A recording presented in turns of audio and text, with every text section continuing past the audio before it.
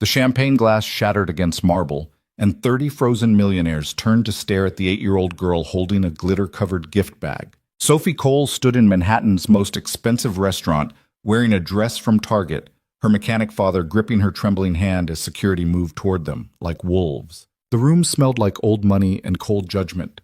But the little girl stepped forward anyway, her voice barely a whisper as she looked up at the woman who could buy this entire building without checking her bank account. Miss Sterling, I just wanted to say thank you for saving my school. Billionaire CEO Vivian Sterling, who had crushed competitors and fired executives without flinching, felt something crack inside her chest. And everything changed. If you want to see how a handmade gift from a struggling single father's daughter brought a lonely billionaire to her knees, stay until the end.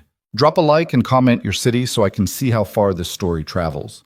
The reservation list at Aurelius was 3 months long. The restaurant occupied the 68th floor of a glass tower in Midtown Manhattan, where the city lights sprawled below like scattered diamonds, and the waiters moved with the practiced silence of expensive ghosts. Every table cost a minimum of $800. The clientele wore watches worth more than most people's cars. Ethan Cole stood in the elevator wearing his only decent shirt, trying not to notice how the fabric pulled tight across his shoulders from years of crawling under vehicles. His hands were scrubbed raw, but still carried grease stains in the creases of his knuckles. He'd worked a double shift at the garage before this, and exhaustion sat heavy behind his eyes. Sophie pressed against his side, clutching a gift bag she decorated herself with purple glitter and construction paper stars. Her dress was pale blue, bought on clearance 6 months ago and already getting short in the sleeves. She'd insisted on wearing her good shoes even though they pinched her toes. "Dad, are you sure this is okay?" Sophie whispered as the elevator climbed. "The lady on the phone sounded really confused when you called." "It's fine, sweetheart." Ethan's voice came out steadier than he felt. "We're just going to say thank you and leave. But what if she doesn't want to see us? Then we tried. That's what matters." The elevator doors opened onto a world Ethan had only seen in movies. Crystal chandeliers hung from a ceiling painted with gold leaf. The floor was polished marble that reflected everything like dark water. A pianist played something classical near floor-to-ceiling windows that framed the Manhattan skyline. Every person in the room radiated wealth in that particular way. Money becomes invisible, the kind of expensive that doesn't announce itself because it doesn't need to. A hostess in a black dress approached them with a smile that didn't reach her eyes. "Good evening. Do you have a reservation?" "No, ma'am." Ethan kept his voice polite. "We're looking for Vivian Sterling. We were told she dines here on Thursday evenings." The hostess's expression shifted into something careful and practiced. "Miss Sterling is with a private party this evening. Perhaps you could leave a message." "Please." Sophie stepped forward, hugging the gift bag to her chest. "I made her something. It'll only take a minute." The hostess looked down at the girl, then back at Ethan. Her gaze swept over his discount shirt and Sophie's too-short dress with the kind of assessment that makes you aware of every thread that doesn't cost enough. "I'm sorry, but without a reservation, I can't." "Is there a problem, Rachel?" The voice cut through the quiet restaurant like a blade wrapped in silk. A woman approached from a corner table where 4 men in $1,000 suits sat frozen mid-conversation. She was maybe 30, dressed in a charcoal suit that probably cost more than Ethan's truck. Her dark hair pulled back in a way that seemed effortless, but probably required a professional. Vivian Sterling moved through the restaurant like she owned it. She probably did. "These guests don't have a reservation, Miss Sterling," the hostess said, her tone apologetic but firm. "I was just explaining." "It's okay." Sophie's voice trembled, but she didn't back down. "We don't need to eat here. I just wanted to give you this." She held up the gift bag. Purple glitter drifted to the marble floor like defective snow. Vivian stopped. Her expression didn't change, but something flickered behind her eyes. Surprise, maybe, or confusion? She looked at Sophie, then at Ethan, then back at the child holding her homemade offering in a room where people paid thousands for bottles of wine. "You made something for me?" Vivian's voice carried no warmth, but no cruelty either. Just careful distance. "Yes, ma'am." Sophie nodded so hard her ponytail bounced. "For saving my school. You probably don't remember, but your foundation donated money to keep it open. My dad said we should come thank you in person, because that's what good people do." The restaurant had gone quiet. Conversations died mid-sentence. Silverware stopped clinking. 30 wealthy strangers turned to watch the working-class mechanic and his daughter standing in their expensive sanctuary like lost animals. Vivian didn't respond immediately. She studied Sophie with the same intensity she probably used in boardrooms, trying to calculate something that didn't add up. "What school?" she finally asked. "P. S-147 in Brooklyn. You saved it last year when the city tried to shut it down." Well, I see. That was all she said. 2 words, flat and unreadable. Ethan felt the dismissal forming, could see it in the way Vivian's shoulders shifted back toward her table. They'd done what they came to do. Time to leave before security got involved. But Sophie wasn't finished. "We wanted to make sure you knew." The girl's voice gained strength, fueled by 8-year-old conviction that adults didn't always have. "Because sometimes people give money and they don't know how much it matters. My teacher, Mrs. Rodriguez, she cried when she told us the school was staying open. And my friend Marcus, his mom was going to pull him out and move to New Jersey because there weren't any other schools nearby. But he got to stay. So you didn't just save a building, Miss Sterling. You saved all of us." The silence in the restaurant turned thick. A woman at a nearby table set down her wine glass with exaggerated care. A man in a navy suit leaned forward, watching like this was theater. Ethan put his hand on Sophie's shoulder. "That's enough, Soph. Miss Sterling is busy." "No." Sophie's jaw set in that stubborn way she'd inherited from her mother. "I'm not finished." She thrust the gift bag toward Vivian. The billionaire stared at it like it might explode. "I made you something because I wanted you to have a piece of what you gave us. It's not expensive or anything. I know you can buy whatever you want, but I made it myself so it's real." Vivian took the bag slowly, her manicured fingers careful around the glitter-covered handles. She looked inside, then reached in and pulled out a ceramic star about the size of her palm. It was painted gold with flecks of blue and covered in uneven glitter. Sophie's name was written on the back in marker. "It's a star," Sophie explained unnecessarily, "because that's what you are, a star that helped people in the dark." Something cracked in Vivian's expression. Not much, just a hairline fracture in the perfect mask she wore. She held the ceramic star like it was heavier than it looked. "Thank you," she said quietly. "This is very thoughtful." Sophie beamed. "Can I hug you?" The question landed like a grenade in the middle of the restaurant. Ethan saw panic flash across Vivian's face, saw her take an involuntary step backward. The men at her table shifted uncomfortably. The hostess looked horrified, but Sophie waited, hopeful and patient, like she'd asked the most natural thing in the world. Vivian Sterling, who commanded boardrooms and intimidated investors, who'd built a tech empire worth $9 billion, who appeared on magazine covers and made stock prices move with a single statement, looked down at an 8-year-old girl in a too-short dress and slowly, carefully nodded. Sophie wrapped her arms around Vivian's waist and squeezed. The billionaire stood rigid, her hands hovering uncertainly before finally, awkwardly, patting Sophie's back twice. When Sophie pulled away, she was grinning. Vivian looked like she'd been struck by lightning. "Okay." Ethan cleared his throat. "We've taken enough of your time. Thank you for listening." He guided Sophie toward the elevator, his hand protective on her shoulder. They'd made it maybe 5 steps when Vivian's voice stopped them. "Wait." They turned. The billionaire stood holding the glitter-covered gift bag and ceramic star, surrounded by luxury and silence, looking at them with an expression Ethan couldn't read. "Have you eaten dinner?" Ethan blinked. "Excuse me?" "Dinner. Have you eaten?" "We're fine, Miss Sterling. We didn't come here to eat. I'm asking if you'd like to join me." Vivian glanced back at her table, where 4 extremely wealthy men sat frozen in various states of shock. "My associates and I were just finishing a business discussion. There's room. Miss Sterling, we couldn't possibly—" "I insist." She said it in a tone that probably ended arguments in boardrooms. Anyone who makes the effort to deliver a handmade gift in person deserves more than 2 minutes of awkward conversation by the elevator. Ethan looked down at Sophie, who vibrated with barely contained excitement. He thought about the $43 in his checking account, the car payment due next week, and the shift he'd picked up tomorrow morning at 6. He thought about walking away from this moment, this surreal collision of worlds that made no sense. "Please, Dad," Sophie whispered. Every instinct told him to decline politely and leave.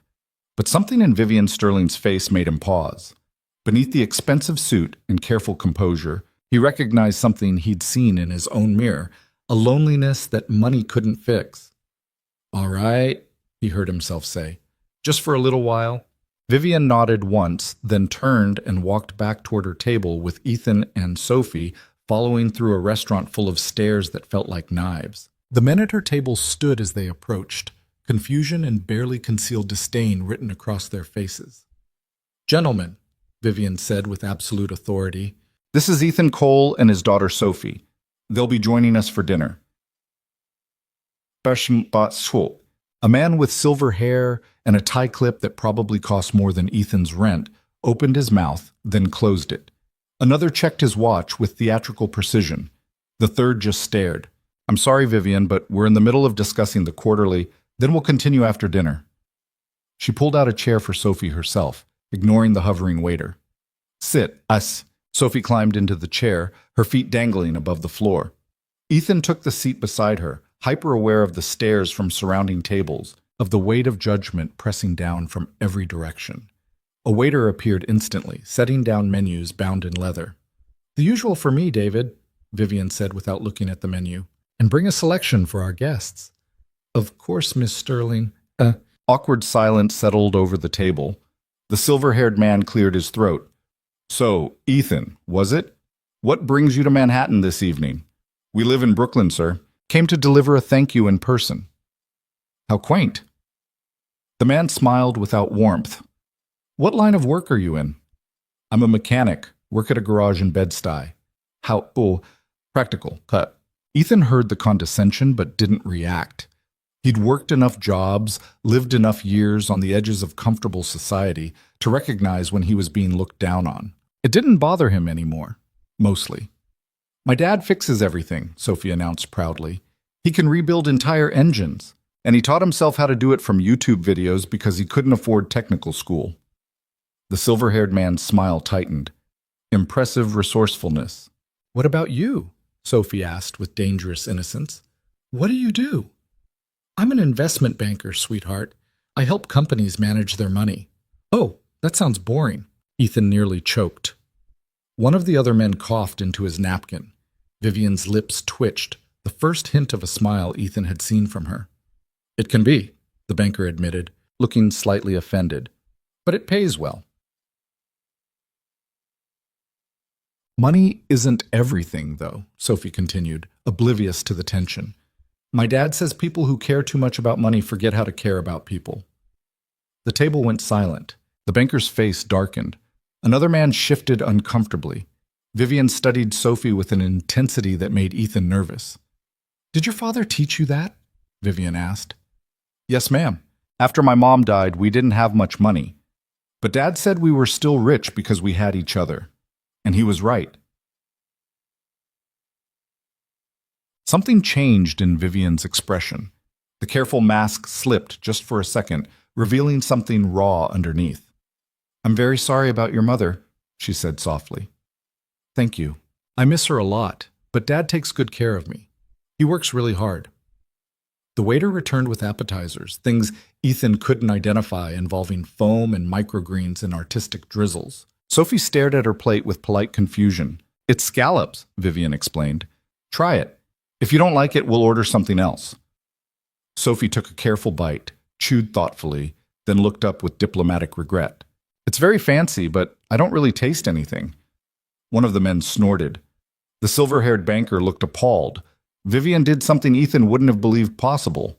She laughed. Not a polite social laugh, but something genuine that seemed to surprise her as much as everyone else. "You're absolutely right," Vivian said. "It's pretentious and overpriced. David?" The waiter appeared instantly. "Yes, Miss Sterling? Bring the girl some chicken fingers and fries. Real fries, not those truffle things. And a chocolate milkshake." "Of course, ma'am." "Miss Sterling," the silver-haired man protested. "We're in the middle of—" "Harvey, I really don't care right now."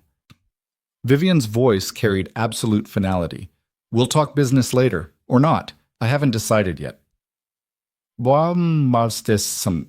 Harvey's jaw tightened, but he said nothing. The other men exchanged glances that communicated entire conversations without words. Ethan understood immediately that they were witnessing something unusual. Vivian Sterling acting outside her normal programming, making decisions based on something other than profit margins and strategic advantage. "So, Sophie," Vivian said, turning away from her associates entirely, "tell me about your school." Sophie lit up like someone had plugged her into electricity. She launched into a detailed description of PS 147, her teachers, her friends, the science lab, the library that smelled like old books, the playground where they played kickball at recess. She talked about Mrs. Rodriguez, who brought in her own supplies because the school couldn't afford them, and Mr. Chen, who stayed after hours to help struggling students, and the music teacher who'd organized a talent show that raised money for new instruments. Vivian listened with an attention that seemed to surprise her. She asked questions, real ones, not the perfunctory kind adults use to humor children. What did Sophie want to study? What was her favorite subject? What made Mrs. Rodriguez a good teacher? Ethan watched his daughter bloom under the billionaire's focus, watched her speak with the conviction of someone who believed adults actually cared what she thought. And he watched Vivian Sterling slowly transform from a carefully constructed icon of wealth into something approaching a real person. "You want to be a science teacher?" Vivian asked when Sophie mentioned her dream. "Yes, ma'am. Because Mrs. Rodriguez made me love science, and I want to do that for other kids someday." "Well, that's a wonderful goal. What about you?" Sophie asked. "What did you want to be when you were little?" Vivian paused, her wine glass halfway to her lips. "I wanted to be a teacher too, actually, like my father." "Your dad was a teacher?" "He taught mathematics at a public high school in Chicago. He died when I was 56. The words came out flat, practiced, like a fact she'd stated so many times it had lost meaning. But Ethan heard the hairline crack underneath, the grief she'd buried under layers of success and distance. "I'm sorry," Sophie said with the simple empathy of children who understand loss. "That must have been really hard." "It was, but he taught me that education changes everything, that knowledge is the only real power." Vivian set her wine glass down carefully. "I forgot that somewhere along the way. Started treating schools like investments instead of, what did you call them? Stars in the dark." "You didn't forget," Sophie said firmly. "You saved my school. That means you remember." "Oh, sorry." Vivian looked at the girl for a long moment, then down at the ceramic star sitting beside her plate, its uneven glitter catching the chandelier light. "Maybe you're right," she said quietly. Dinner continued with stilted conversation between the adults, while Sophie narrated her way through chicken fingers with unbridled joy. Harvey and his associates eventually stopped trying to engage entirely, focusing on their own meals with the rigid posture of people enduring an inexplicable social situation. But Ethan noticed how Vivian kept glancing at Sophie, how something in her expression had shifted from the cold calculation he'd seen by the elevator to something more fragile. She looked like someone remembering a language they'd stopped speaking years ago. When the dessert menu arrived, Sophie was practically vibrating with sugar and excitement. The waiter described confections that sounded more like architecture than food. "What's your favorite dessert?" Vivian asked Sophie. "Ice cream sundaes with hot fudge and whipped cream and a cherry." "David, bring her a sundae. Make it excessive." "Of course, Miss Sterling." While they waited, Harvey leaned forward with a smile that looked like math. "Vivian, I hate to interrupt, but we really need to discuss the quarterly projections before—" "Harvey."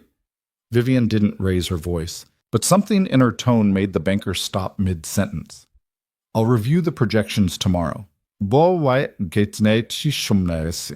"Tomorrow? Vivian, the board meeting is Monday. Then we have all weekend." She folded her napkin with precise movements. "Right now, I'm having dinner with guests who made an effort to express gratitude, something I apparently don't experience often enough to take for granted." The words landed like an accusation. Harvey's face reddened. The other men found sudden interest in their wine glasses. Sophie's sundae arrived in a bowl the size of a small bucket, drowning in hot fudge and topped with a mountain of whipped cream and 3 cherries. Her eyes went wide. "Holy!" She caught herself, glancing at her father. "Wow, this is amazing." "Dig in," Vivian said, and there was warmth in her voice now, genuine pleasure at watching the girls' delight. Sophie attacked the sundae with focused determination, while the adults sat in uncomfortable silence. Ethan tried to think of something to say that wouldn't sound ridiculous, but every possible conversation starter died on his tongue. What did you say to a billionaire who'd invited you to dinner for reasons you didn't understand? Your daughter is very brave, Vivian said suddenly, looking at Ethan. Walking into a place like this to deliver a handmade gift. That takes courage. Sophie's always been fearless, Ethan admitted. Sometimes too much for her own good. It's a valuable quality. Most people lose it as they get older. They learn to be careful, to calculate risk, to protect themselves from looking foolish. Vivian's gaze drifted to the windows, to the city lights stretching into darkness. Fear is expensive. It costs more than people realize. What each sheep was? What are you afraid of? The question came out before Ethan could stop it. Too personal for a stranger, too direct for someone who controlled boardrooms. But Vivian didn't bristle. She considered the question seriously, turning her wine glass in slow circles. Being insignificant, she finally said. Spending my entire life accumulating wealth and power and influence, and having it mean nothing, making no difference at all. You saved my school, Sophie interjected around a mouthful of ice cream. That's not nothing. I wrote a check, Vivian corrected gently. I didn't save anyone. I barely remember doing it until you walked in tonight. But you did it. That's what matters. Vivian smiled, and this time it reached her eyes. You're very wise for 8 years old. I'm smart, Sophie agreed without modesty. My dad says I get it from my mom. She was really smart too. Tell me about her, Vivian said. The request caught Ethan off guard. People usually avoided asking about his dead wife, treating her memory like a landmine in polite conversation. But Vivian asked with genuine interest, like she actually wanted to know. Her name was Rachel, Ethan said slowly. She died 4 years ago, cancer. She was a social worker, helped kids in the foster system find stable homes. She believed everyone deserved a chance, no matter where they started. She sounds remarkable. She was. Ethan looked at Sophie, who'd paused her assault on the Sunday to listen.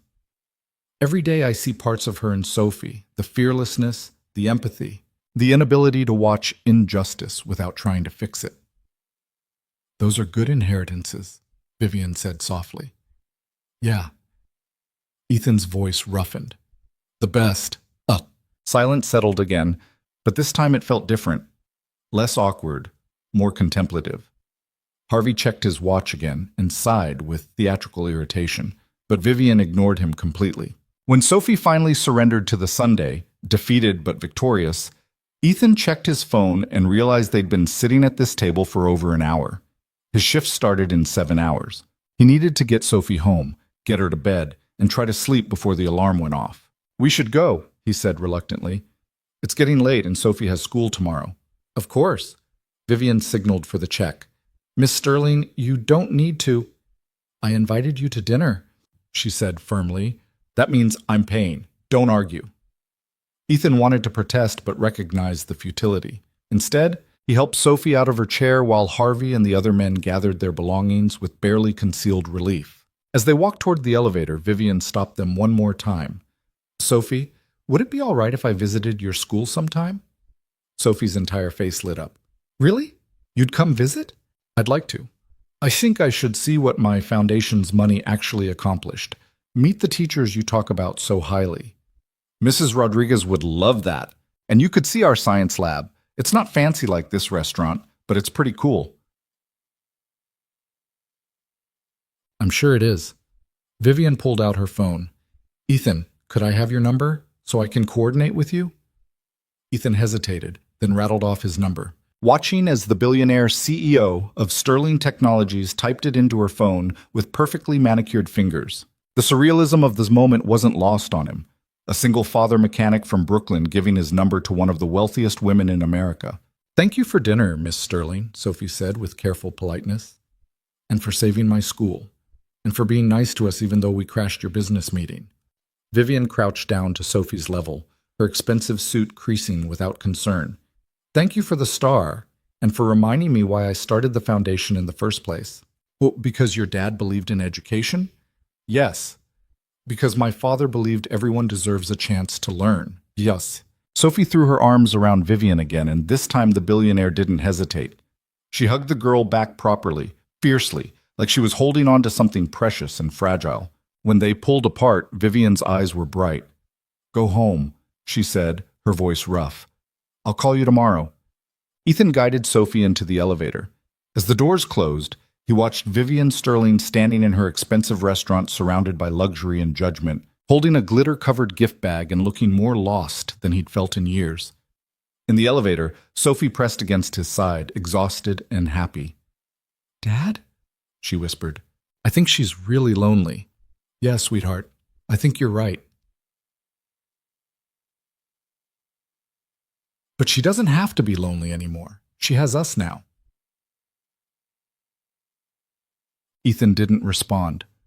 He just held his daughter close as they descended 68 floors back to their world, carrying with them the strange weight of an evening that didn't make sense but felt important anyway.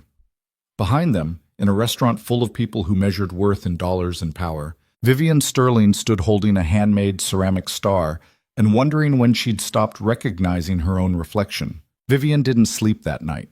She stood in her penthouse overlooking Central Park, still wearing the charcoal suit from dinner, holding Sophie's ceramic star up to the light. The Manhattan skyline glittered through floor-to-ceiling windows, a view that cost $7 million and felt emptier every year.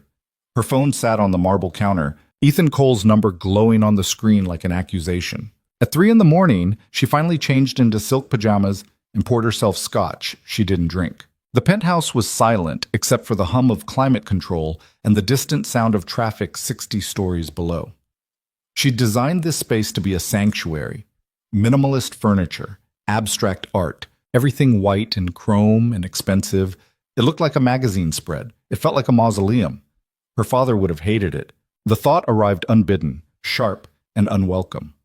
Thomas Sterling had taught high school math in a Chicago public school for 30 years, driving the same beat-up sedan and wearing suits from JCPenney until they fell apart. He died of a heart attack in his classroom, surrounded by equations on a whiteboard, and students who actually cried at his funeral. Vivian had been 15, angry, brilliant, and suddenly aware that the world didn't care if good people worked themselves to death for barely enough money to survive. She'd built Sterling Technologies from nothing. First a tutoring app, then educational software, then a tech empire that made her a billionaire by 28. She told herself it was honoring her father's legacy, that accumulating wealth and power meant she could help more people than he ever could. But standing in her sterile penthouse holding a glitter-covered star made by an 8-year-old girl, Vivian realized she'd spent 15 years running from the one question that terrified her most. What would her father think of who she'd become? She set the star down carefully on the counter and picked up her phone. The call went through after 2 rings. Sterling. Her assistant Marcus sounded alert despite the hour. He was paid extremely well to always sound alert. "I need you to clear my schedule for Friday," Vivian said without preamble. "The entire day." A pause. "All of it?" "You have the quarterly review with the board at 9, lunch with the venture capital firm at noon, and the reschedule everything. I'm visiting a school in Brooklyn." Another pause, longer this time. "I'm sorry, could you repeat that?" "PS 147 in Brooklyn. The elementary school our foundation funded last year. I'm going there Friday, and I want a full briefing beforehand. Enrollment numbers, test scores, teacher retention, every detail about what our money actually accomplished." "Of course. May I ask what prompted this?" "A handmade gift and an 8-year-old who asked better questions than my entire board of directors." See, I'll have the briefing ready by Thursday evening. Thank you, Marcus." Vivian ended the call and stared out at the city lights, wondering when she'd last made a decision that wasn't calculated for profit or strategic advantage. Wondering when she'd stopped being her father's daughter and became this instead, a woman who attended charity galas but never met the people she claimed to help, who wrote checks and called it compassion. Sophie's voice echoed in her memory. "You didn't just save a building, Miss Sterling. You saved all of us." The girl was wrong, of course. Vivian had saved nothing. She delegated the task to her foundation director, signed off on the expenditure, and moved on to the next quarterly projection without a second thought. But maybe it wasn't too late to actually see what she'd purchased with other people's futures. She picked up the ceramic star again, feeling the uneven glitter under her fingers, and made a decision that would have horrified her board of directors. She was going to care about something other than profit margins, even if it killed her. Across the East River in a third-floor walk-up in Bed-Stuy, Ethan Cole wasn't sleeping either. He sat at the kitchen table in boxers and an undershirt, reviewing the estimate he'd quoted for a transmission rebuild while Sophie slept in the bedroom they shared. The apartment was small, one bedroom, a kitchen barely big enough for a table, a bathroom where the shower leaked no matter how many times he tried to fix it. The walls were thin enough to hear the neighbor's television, and the radiator clanked like it was trying to communicate in Morse code. But the rent was $800 a month, and the landlord didn't ask questions when Ethan paid 3 days late sometimes. He'd moved them here after Rachel died, after the medical bills devoured their savings and the mortgage became impossible. Sophie had been 4 years old, still asking when Mommy was coming home, and Ethan had packed their lives into a U-Haul and driven to the cheapest neighborhood he could find that wasn't actively dangerous. 4 years later, he was still catching up. The transmission job would pay $600 if he did it right. The truck's registration was due next month, another $200. Sophie needed new shoes because she'd outgrown the ones from 6 months ago. The school was asking for money for a field trip to the Science Museum, and Ethan had seen the hope in his daughter's eyes when she'd brought home the permission slip.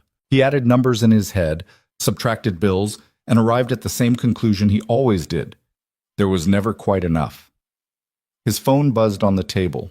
Unknown number, but he recognized it from earlier when he'd given it to Vivian Sterling. A text message appeared. "This is Vivian. Would Friday morning work for a school visit? I'd like Sophie to show me around if that's acceptable." Ethan stared at the message, trying to reconcile the words with the woman he'd met, a billionaire who'd invited them to dinner but looked like she'd forgotten how to smile until Sophie reminded her. He typed back, "Friday works. School starts at 8:15. Sophie would love to give you a tour." The response came immediately. "Perfect. I'll be there at 8:30. And Ethan, thank you for tonight. It was more meaningful than you probably realize." Baudrier. He didn't know how to respond to that, so he just sent back, "You're welcome. See you Friday."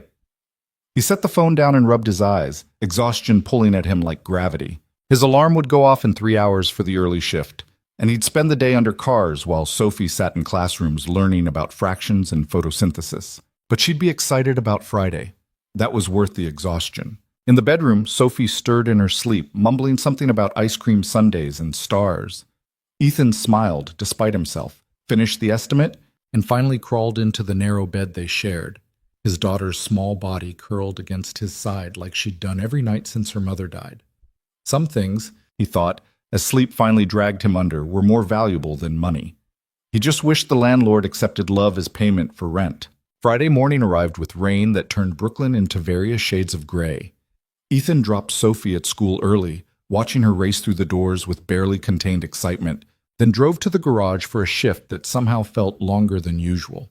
At 8:20, a black SUV pulled up in front of PS 147, and Vivian Sterling stepped out wearing jeans and a simple sweater that probably still cost more than Ethan's monthly salary, but at least she'd tried to dress down. Sophie spotted her through the classroom window and practically vibrated out of her seat. "Mrs. Rodriguez," she stage whispered across the room. "She's here. Miss Sterling is here."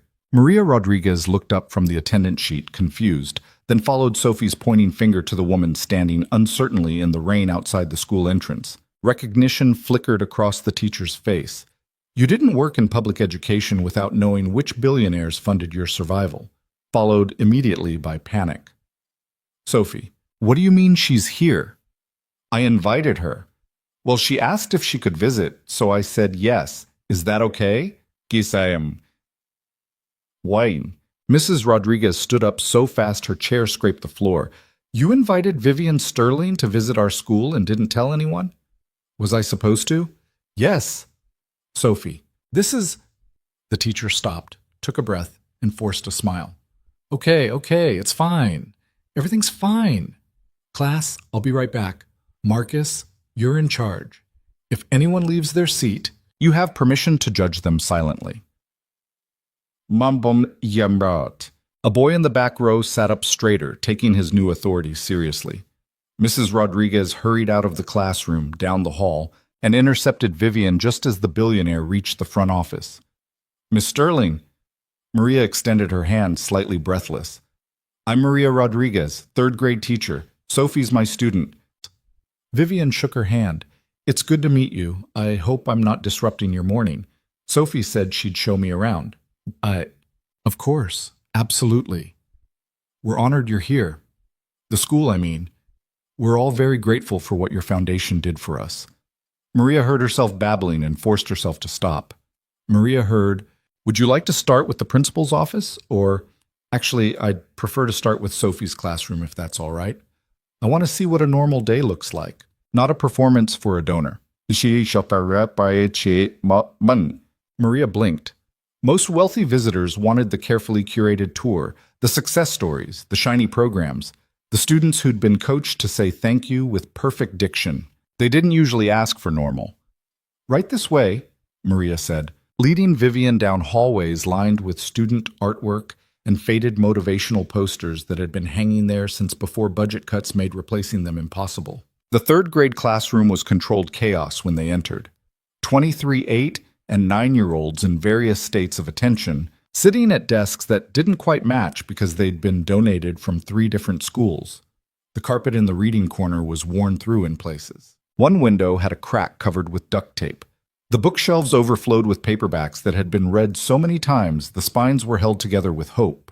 But the walls were covered in student work, colorful paintings, science projects made from recycled materials, essays about what the kids wanted to be when they grew up. A number line stretched across the back wall. A terrarium in the corner housed a very fat bearded dragon named Professor Scales. Sophie jumped up the moment Vivian walked in. Miss Sterling, you came. I promised I would. Vivian looked around the classroom with an expression Maria couldn't quite read. Is this where you learn science? This is where I learn everything, Mrs. Rodriguez teaches us all the subjects except gym and music. Sophie grabbed Vivian's hand without asking permission and pulled her toward the reading corner. This is my favorite spot. Mrs. Rodriguez lets us pick any book we want during reading time. Vivian knelt down, examining the battered paperbacks with covers that had been taped and retaped. What are you reading now? A book about Marie Curie. She discovered radiation and won 2 Nobel Prizes and basically changed everything about science. Plus, she was a woman, which made it way harder back then. She was brilliant, Vivian agreed quietly. My father used to tell me about her.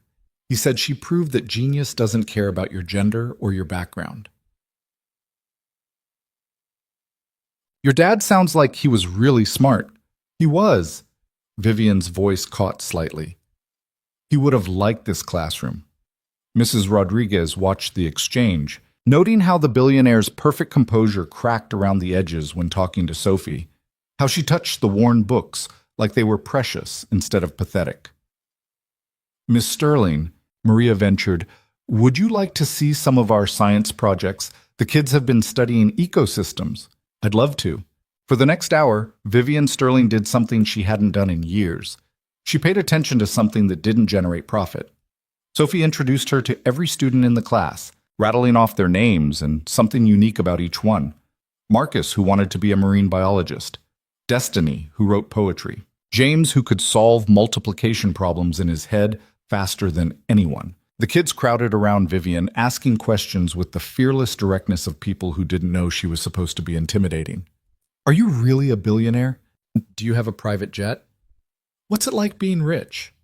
Is it true you invented Sterling Search? Vivian answered honestly, crouching down to their level, treating their questions like they mattered. Yes, she was wealthy. Yes, she had access to private planes. Being rich was complicated. It made some things easier and other things impossibly hard. And yes, she'd created Sterling Search in her college dorm room, though it had evolved significantly since then. Why did you save our school? A quiet girl named Aisha asked. The classroom went silent. 23 kids and 1 teacher waited for an answer. Vivian looked at Aisha for a long moment. Because my father believed everyone deserves a chance to learn, and I forgot that for a while. You all reminded me. Are you going to save other schools too? Marcus asked. I don't know yet, Vivian admitted. but I'm here to figure that out.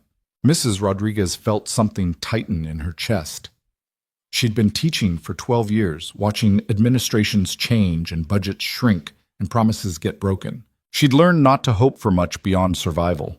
But standing in her shabby classroom watching a billionaire treat her students like they were worth listening to, Maria felt something dangerous kindle in her chest, the possibility that things could actually change. After the classroom tour, Sophie insisted on showing Vivian the rest of the school.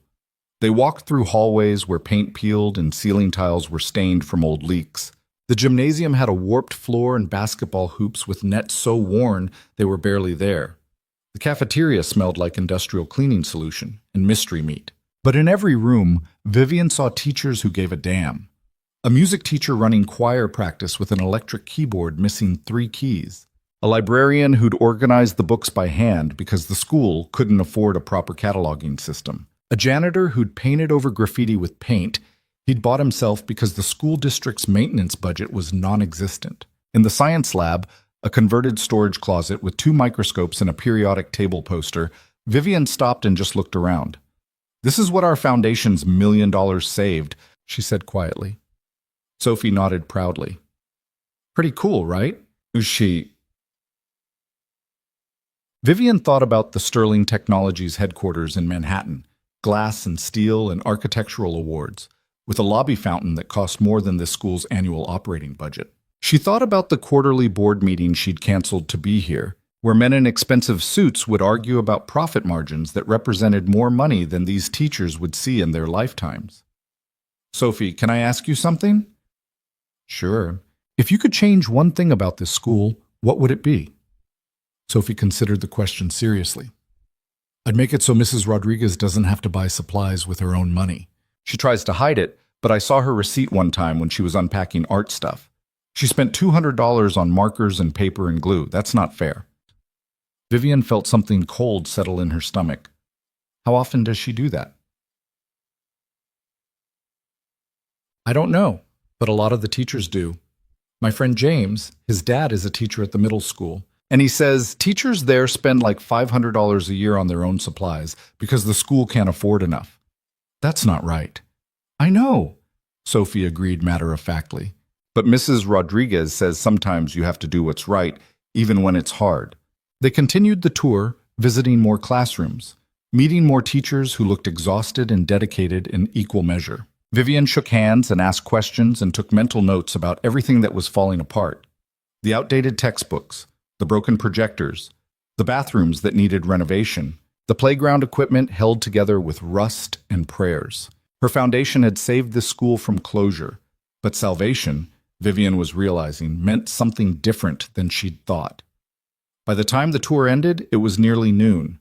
Sophie had to return to class, and Vivian found herself standing in the hallway with Principal Jennifer Hayes, a woman in her 50s who looked like she'd aged a decade for every year she'd spent fighting the school district for resources. "Thank you for coming, Miss Sterling," Jennifer said with professional warmth that didn't hide the wariness underneath.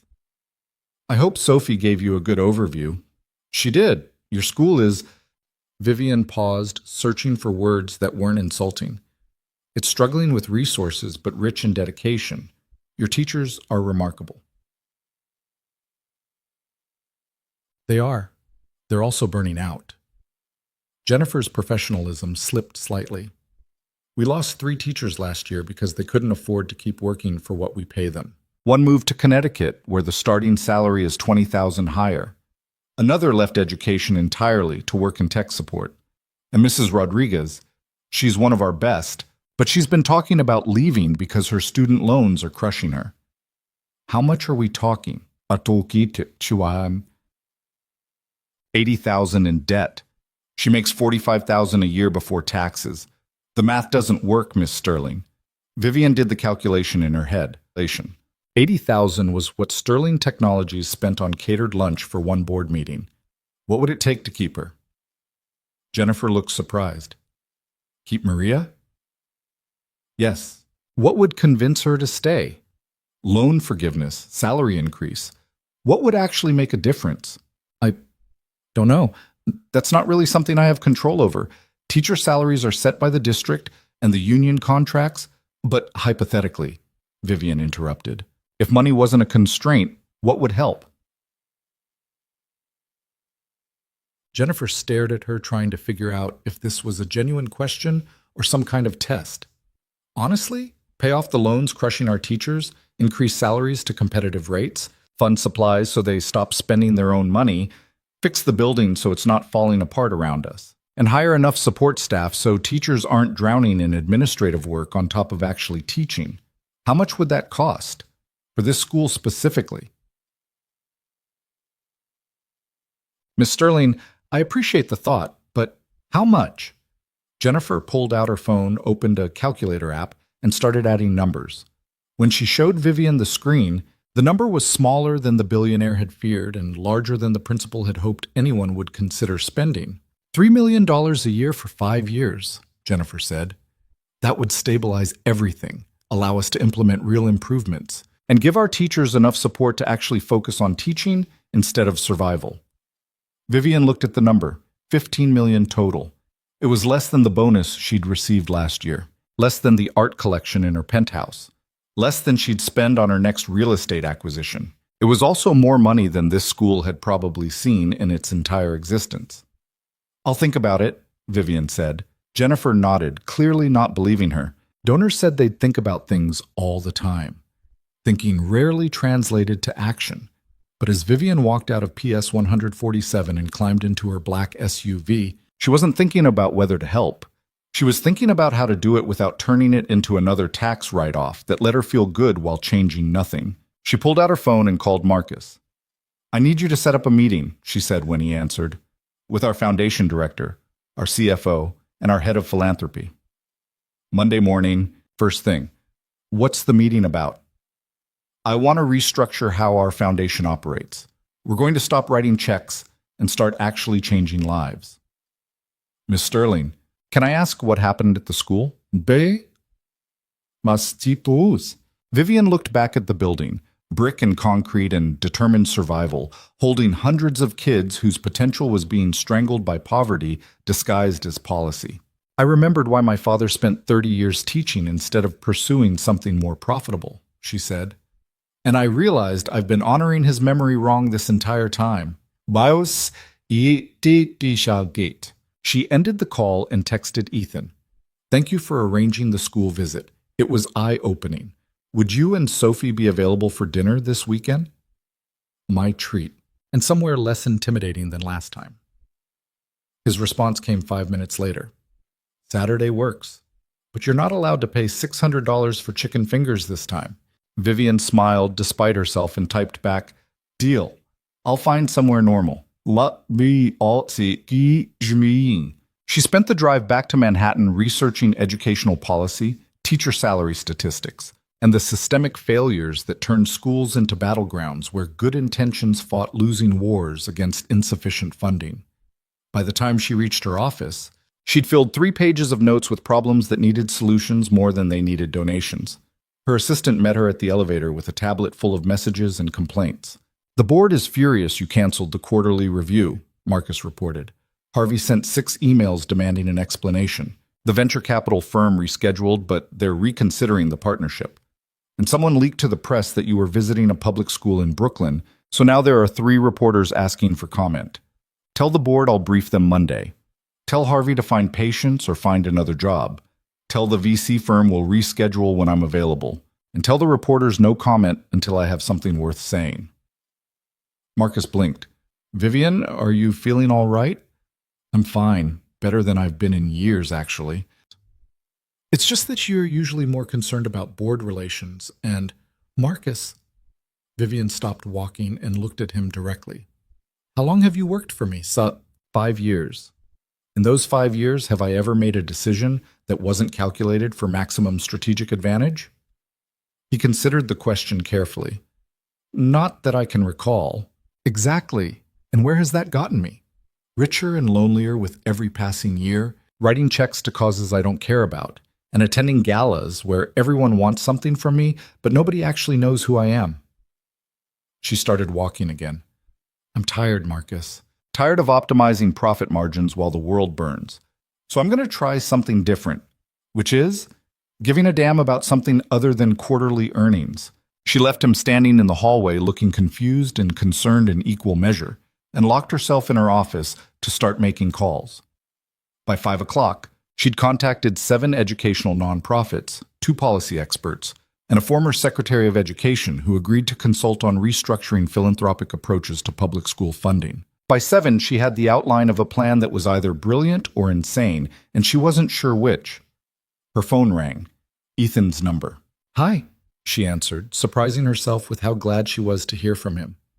"Hey, sorry to bother you, but Sophie's been talking nonstop about you visiting school, and she wanted me to call and say thank you. She's right here if you want to—" "Miss Sterling!" Sophie's voice burst through the phone. "Did you have fun today? Did you like our school? Mrs. Rodriguez said you asked really good questions, and you weren't like other fancy people who visit and pretend to care but don't really." Vivian laughed. "I had a wonderful time. Your school is special, Sophie. The building needs work, but the people make it extraordinary. Are you going to help more schools like ours?" "I'm going to try. I'm not sure how yet, but I'm working on it." "That's so cool. Wait, Dad wants to talk to you again." Some shuffling noises, then Ethan's voice returned. "Sorry," she hijacked the phone. "See? Don't apologize. She's the most honest person I've talked to all week." Vivian hesitated, then added, "Your daughter is going to change the world someday, Ethan. You're raising someone remarkable. I'm just trying not to screw her up too badly. I think you're succeeding." A pause. "Can I ask you something? And you can tell me it's none of my business." "Go ahead." "Why did visiting Sophie's school matter so much to you? You fund education programs all the time. What made this different?" Vivian looked out her office window at Manhattan spreading below her like a constellation of ambition and loneliness. "Because for the first time in 15 years, I saw what my money was actually buying. Not tax deductions or good press, but real lives. Kids like Sophie who deserve better than what they're getting. Teachers like Mrs. Rodriguez, who are heroes nobody's ever heard of. And I realized I've been sleepwalking through my own fortune, pretending charity means writing checks and moving on. Así oísqueas." "That's a hell of a realization. Your daughter caused it. She gave me a handmade star and asked if she could hug me, and something broke loose that I'd been keeping locked down for years." "Sophie has that effect on people," Ethan said quietly. "She made me want to keep living after Rachel died. Made me believe the world was still worth participating in." "You both did that for me too," Vivian admitted, "and I'm not sure what to do with that yet."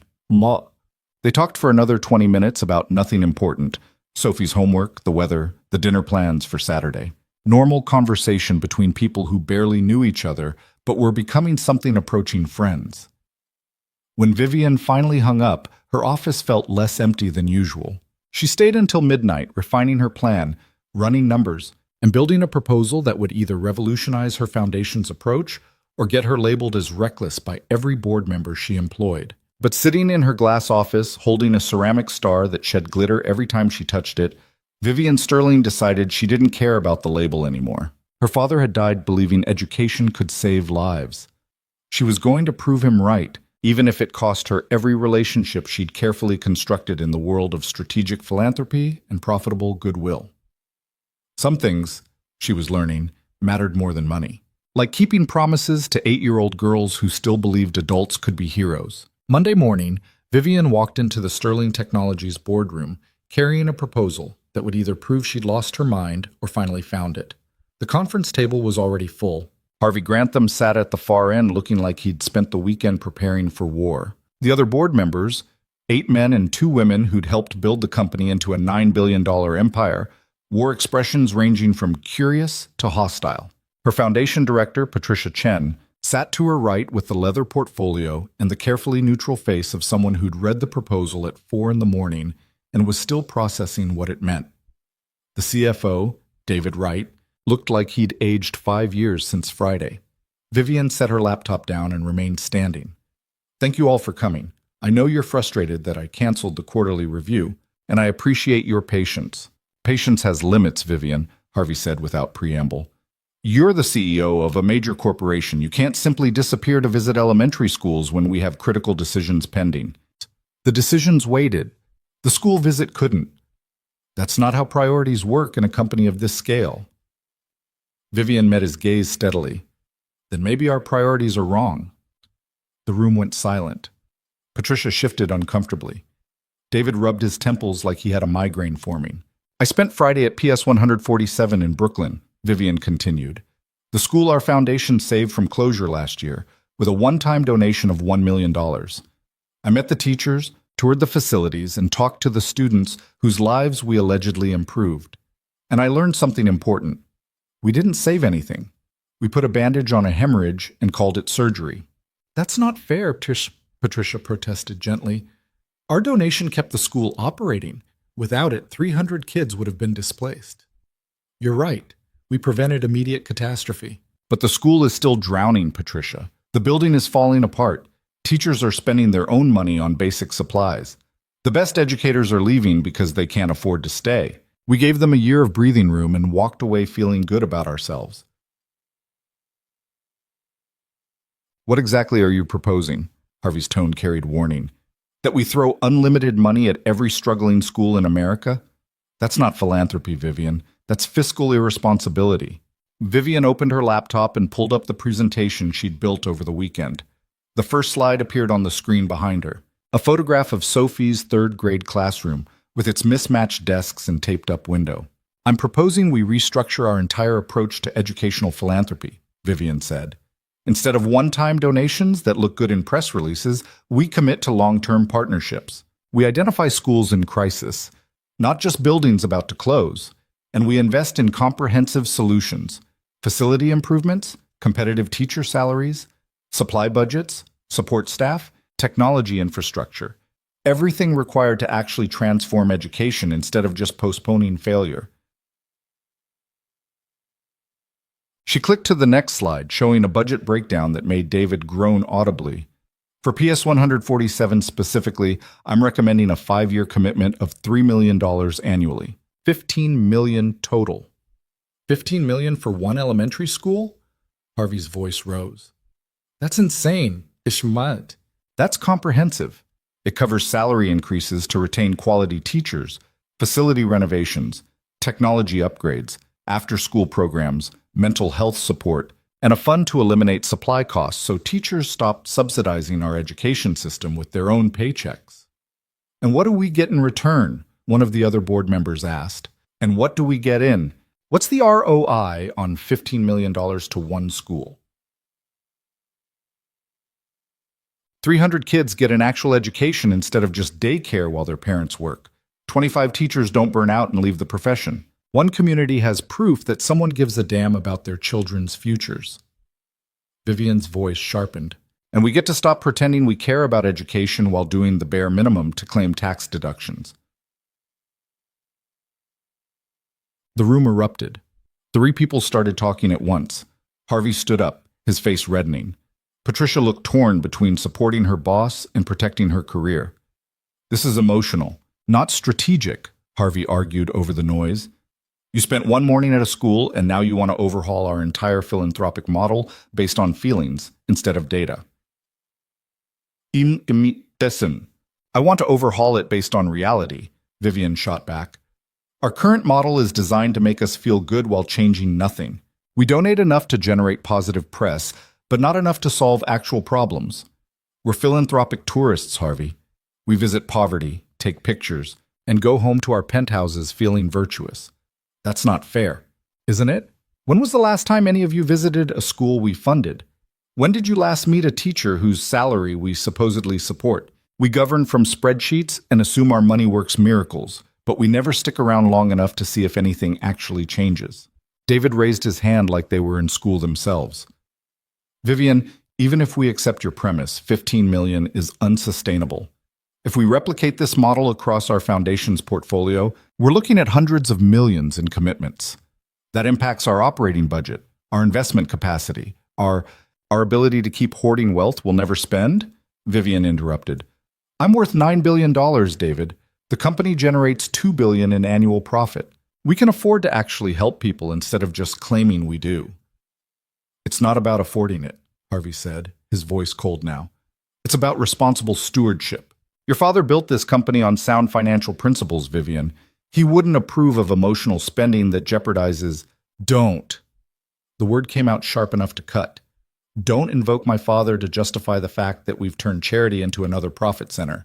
My father taught high school math for 30 years and died with $17,000 in his bank account because he believed education mattered more than accumulating wealth. He would be ashamed of what I've built here. A company that donates just enough to look generous while protecting profit margins above everything else. The silence that followed was absolute. Harvey sat down slowly, his expression unreadable. Patricia stared at her portfolio. The other board members looked everywhere except at Vivian. I'm not asking permission, Vivian continued more quietly. I'm informing you of the decision I've already made. The Sterling Foundation is committing $15 million over 5 years to PS 147. If the model works, we'll expand it to other schools. If it doesn't, we'll adjust and try again. But we're done with performative philanthropy that changes nothing except our tax liability. You can't make that decision unilaterally, Harvey said. The board has to approve foundation expenditures over $5 million. Then vote, now. Harvey looked around the table, clearly calculating. He had allies here, board members who'd supported his fiscally conservative approach for years. But he also saw uncertainty in their faces. The recognition that arguing against helping children was politically dangerous, even if financially sound. I move we table this discussion until we've had time to properly analyze the proposal, Harvey said carefully. I second the motion, another board member added quickly. All in favor? 4 hands went up. Not enough for majority, but enough to create deadlock. This isn't over, Vivian, Harvey warned. You can't run a billion-dollar company on guilt and sentiment. Watch me. She closed her laptop, walked out of the boardroom, and spent the next hour in her office trying not to throw something expensive through the window. Marcus brought her coffee she didn't drink and updated her on the 17 messages Harvey had already sent to other board members, clearly building coalition against her. At noon, Patricia knocked and entered without waiting for permission. That was either the bravest thing I've ever seen or the stupidest, the foundation director said, settling into the chair across from Vivian's desk. I haven't decided which. Does it matter? To your career? Probably. Harvey's already talking about calling an emergency session to review your leadership. Let him. Patricia studied her boss with the careful attention of someone trying to read a foreign language. What happened to you this weekend? You've never cared about board politics, but you've also never deliberately antagonized Harvey like this. What changed? Vivian pulled Sophie's ceramic star from her desk drawer where she'd been keeping it. The glitter had stopped shedding as much, but it still caught the light in ways that made it look more valuable than it was. An 8-year-old girl gave me this and asked if she could hug me, Vivian said. And I realized I've spent 15 years building a fortune and a reputation while becoming someone my father wouldn't recognize. Someone who treats education like a line item instead of a human right. So you're blowing up your board relationships because a child was nice to you? Mam sante. I'm blowing them up because she was honest with me. She walked into a restaurant full of millionaires carrying a handmade gift and told me I was a star that helped people in the dark. And I looked at my life, the penthouse and the private jets and the galas where everyone wants something from me, and realized I've been living in the dark for years. Just a different kind of darkness than poverty. Patricia was quiet for a long moment. The foundation can absorb $15 million, she finally said. It'll mean cutting other programs, but it's doable. If you're serious about this. I am. Then I'll support you. But Vivian, you need to understand what you're risking. Harvey has been looking for an excuse to challenge your leadership for 2 years. He thinks you're too young, too emotional, that you inherited the CEO position through family legacy rather than merit. This gives him ammunition. Then he can take his best shot. He will, and he'll bring half the board with him. Vivian set the ceramic star on her desk where she could see it. My father once told me that the only real failure is knowing what's right and choosing something easier. I've been choosing easier for 15 years, Patricia. I'm done. After Patricia left, Vivian spent the afternoon making calls. She contacted the principal at PS 147 and informed her that funding was approved pending final board vote, but to begin planning for implementation regardless. She called 3 other schools in similar situations and scheduled site visits. She reached out to educational policy experts and former teachers and people who'd actually spent time in the trenches of public education instead of just donating to it from a distance. By the time Saturday arrived, she'd visited 6 schools, interviewed 40 teachers, and built a comprehensive model for educational investment that was either revolutionary or financial suicide. The line between the two seemed thinner every day. She'd also confirmed dinner plans with Ethan and Sophie at a diner in Brooklyn that definitely didn't serve champagne or charge $800 minimum. The diner was called Mel's, and it had been operating in the same location since 1952, according to the faded sign above the door. The booths were red vinyl patched with duct tape in places. The floor was black and white checkered linoleum that had seen better decades. The menu was laminated and sticky, and the air smelled like coffee and bacon grease and decades of accumulated conversation. Vivian loved it immediately. Ethan and Sophie were already in a corner booth when she arrived, both dressed in weekend casual that looked genuinely comfortable instead of strategically curated.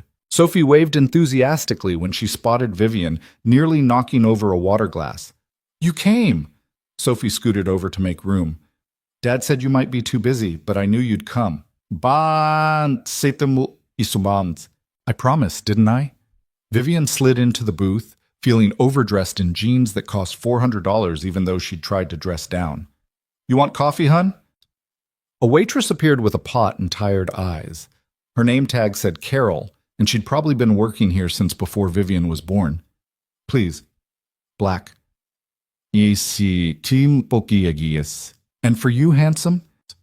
Carol smiled at Ethan. "Same, thanks." "The usual for you, sweetheart?" Carol asked Sophie. "Yes, please, with extra pickles." Carol poured coffee and disappeared.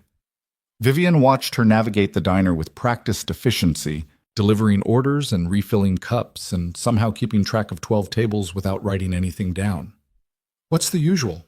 Vivian asked Sophie. "Grilled cheese and fries. Mel makes the best grilled cheese in Brooklyn. Dad says it's because he uses way too much butter, but that's what makes it good." "Ushan..."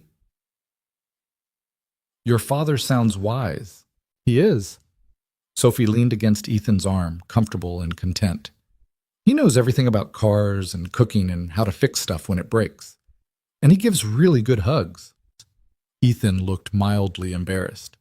"She's biased." "I'm accurate," Sophie corrected. "Tell Miss Sterling about the time you fixed Mr. Peterson's car, even though he couldn't pay you."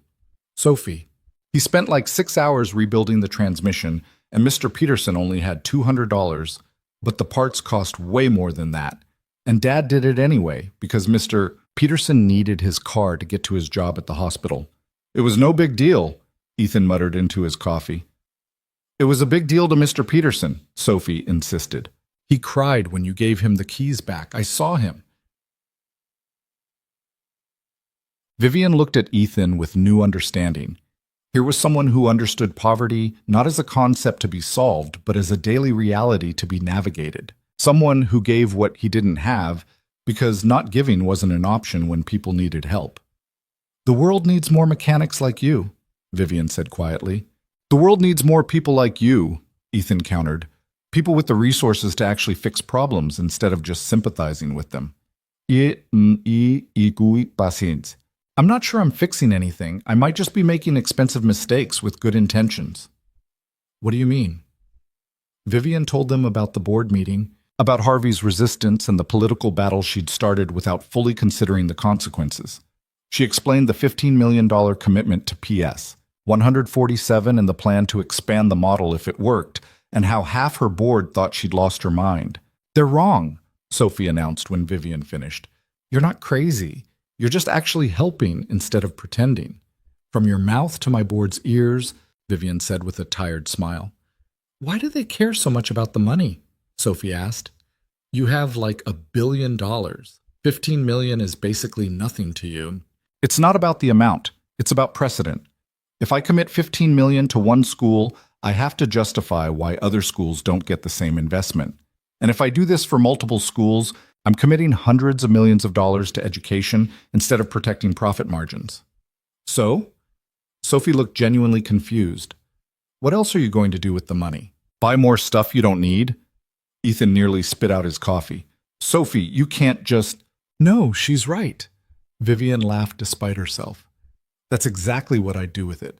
Buy more stuff I don't need and pretend it makes me happy. Their food arrived: grilled cheese and fries for Sophie, a burger for Ethan that looked like it could feed a family, and a Greek salad for Vivian because she'd panicked when Carol asked for her order and defaulted to something safe. Sophie was right about the grilled cheese. It was perfect in the way simple things made with care always are: crispy bread, melted cheese that stretched when she bit into it, the taste of butter and nostalgia in diners that had been feeding neighborhoods for decades. "This is amazing," Vivian said after stealing a bite from Sophie's plate. "Told you, Mel's is the best." Sophie dunked a fry in ketchup. "Dad brings me here every Saturday when he gets paid. It's our tradition." "Sounds like a good tradition." "What about you?" Ethan asked. "What are your traditions?" Vivian thought about it and came up empty.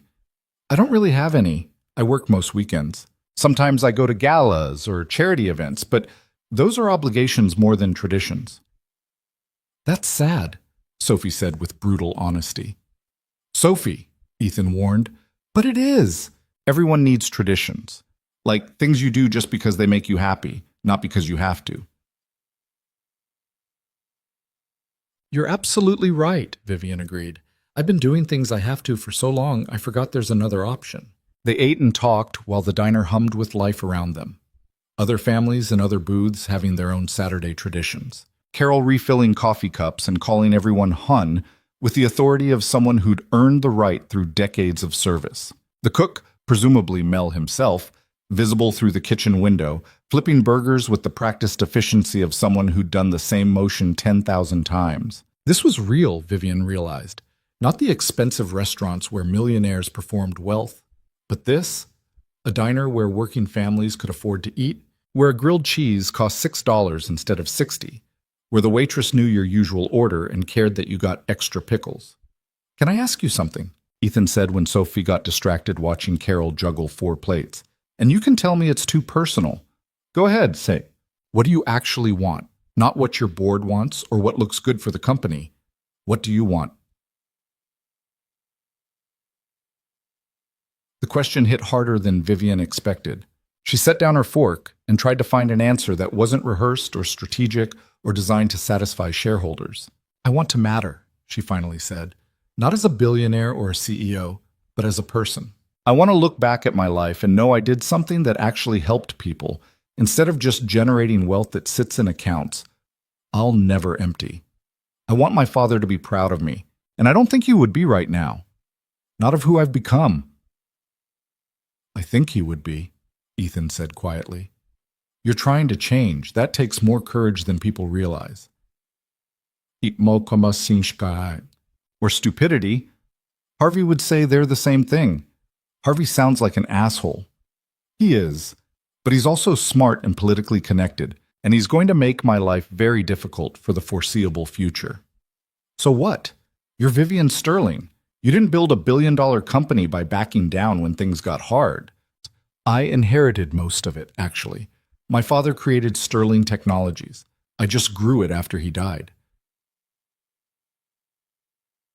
Then you honored his legacy by making it successful. Now you're honoring it by making it meaningful.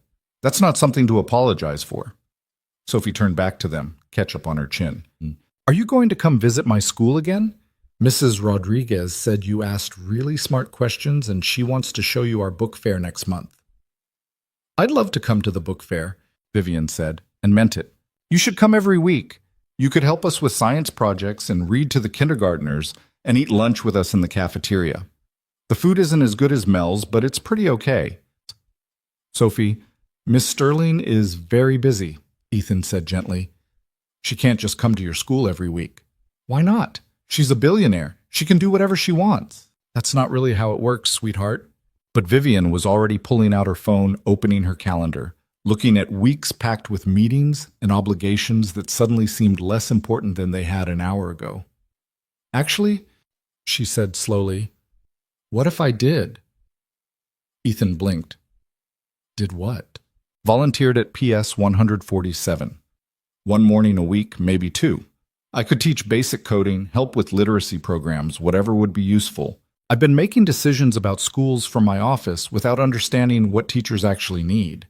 This would force me to see the reality instead of just the reports. This. You're serious. Why not? Sophie's right. I'm a billionaire. I can restructure my schedule however I want. And maybe actually showing up consistently would be more valuable than just writing checks and assuming money solves everything. Mrs. Rodriguez would die, Sophie said gleefully. Like, actually faint. A billionaire helping with homework? That's crazy. Good crazy or bad crazy? The best kind of crazy. They finished dinner while Vivian made notes in her phone about coordinating with Principal Hayes and figuring out what skills she could actually contribute to a third-grade classroom. Ethan watched her with an expression somewhere between admiration and concern, like he was witnessing someone make decisions that would either change everything or destroy them. When the check came, Vivian grabbed it before Ethan could protest. "You paid last time," he argued. "Last time cost $600 for appetizers. This is $43 for 3 meals. I think I can manage it without jeopardizing my financial stability. Still, it doesn't feel right, you paying for everything. Then buy me coffee sometime, real coffee, not the $30 artisanal stuff. Just regular diner coffee that tastes like it's been sitting on a burner too long." Deal. They walked out of Mel's into a Brooklyn evening that smelled like summer arriving early and car exhaust and the particular scent of a city that never quite slept. Sophie walked between them, holding both their hands, swinging her arms like this was the most natural thing in the world. A billionaire CEO, a mechanic, and an 8-year-old forming an unlikely triangle of connection. "Thank you for tonight," Vivian said when they reached her car. "I needed this more than you probably realize." "Thank you for actually caring," Ethan replied. "Most people in your position would have sent a check and forgotten we existed. I did that for 15 years. It didn't make me happy. And this does?" I saw success. Vivian looked at Sophie, who was spinning in circles on the sidewalk for no reason except the joy of spinning.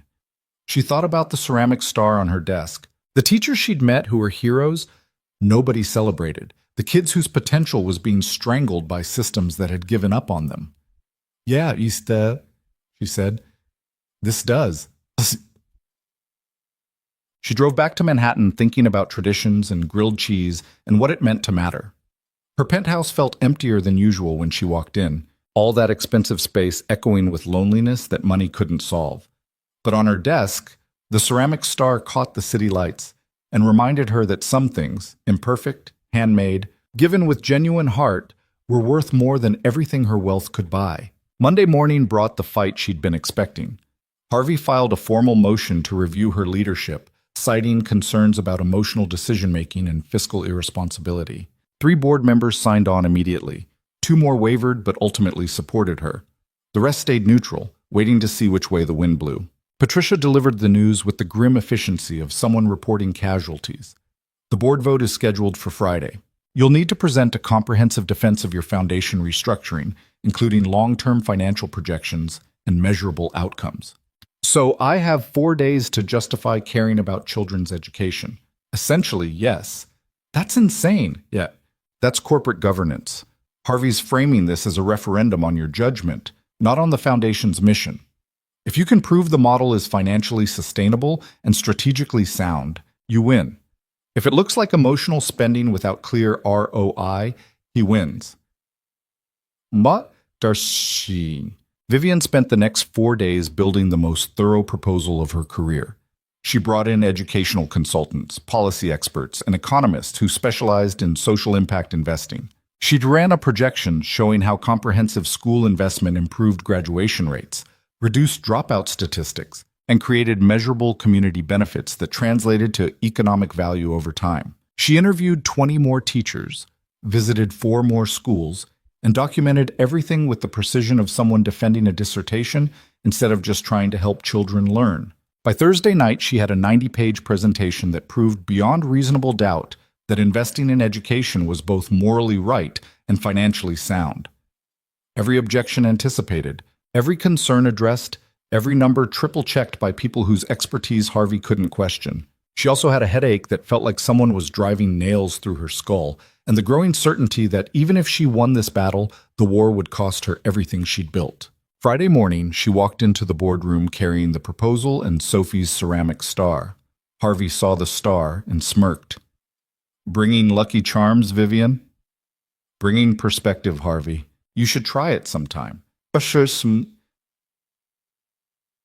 presentation took 3 hours. Vivian walked them through every aspect of the restructured foundation model, the financial projections, the implementation timeline, the metrics for measuring success, the expansion plans if PS 147 proved the concept worked. She showed them research about educational ROI, about teacher retention rates, about the long-term economic impact of properly funded schools on community development. She brought receipts. She brought data. She brought everything except apology for caring about something other than profit margins. When she finished, the room was silent. Harvey looked like he'd aged a decade during the presentation, his careful arguments dismantled by numbers he couldn't dispute.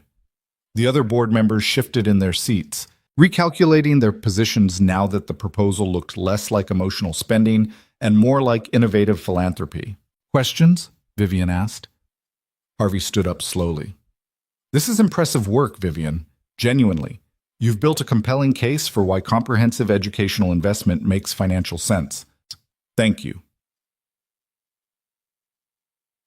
But it doesn't address my fundamental concern. He looked around the table, making sure he had everyone's attention. This isn't about whether we can afford $15 million for one school. It's about whether our CEO is making decisions based on strategic analysis or personal feelings. You visited one school, met one child, and decided to overhaul our entire philanthropic approach. That's not leadership. That's impulse. It's not impulse when I spend 4 days building a 90-page proposal that addresses every financial and strategic concern. But you wouldn't have built it if Sophie Cole hadn't walked into a restaurant with a handmade gift. You said so yourself. An 8-year-old changed your mind about how we should run a billion-dollar foundation. That's the definition of emotional decision-making. Then I'm guilty as charged. Vivian set the ceramic star on the conference table where everyone could see it. An 8-year-old reminded me why we started this foundation in the first place. Because my father believed education could change lives, and I'd forgotten that somewhere between building an empire and protecting profit margins.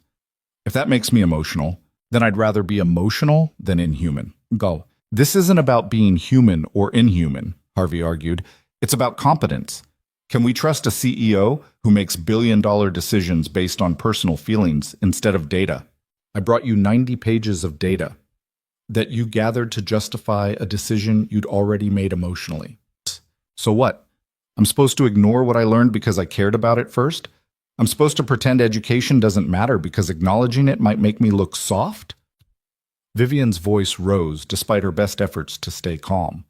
Every major decision I've made for this company started with instinct, Harvey. Gut feelings about markets and timing and opportunities that looked insane on paper.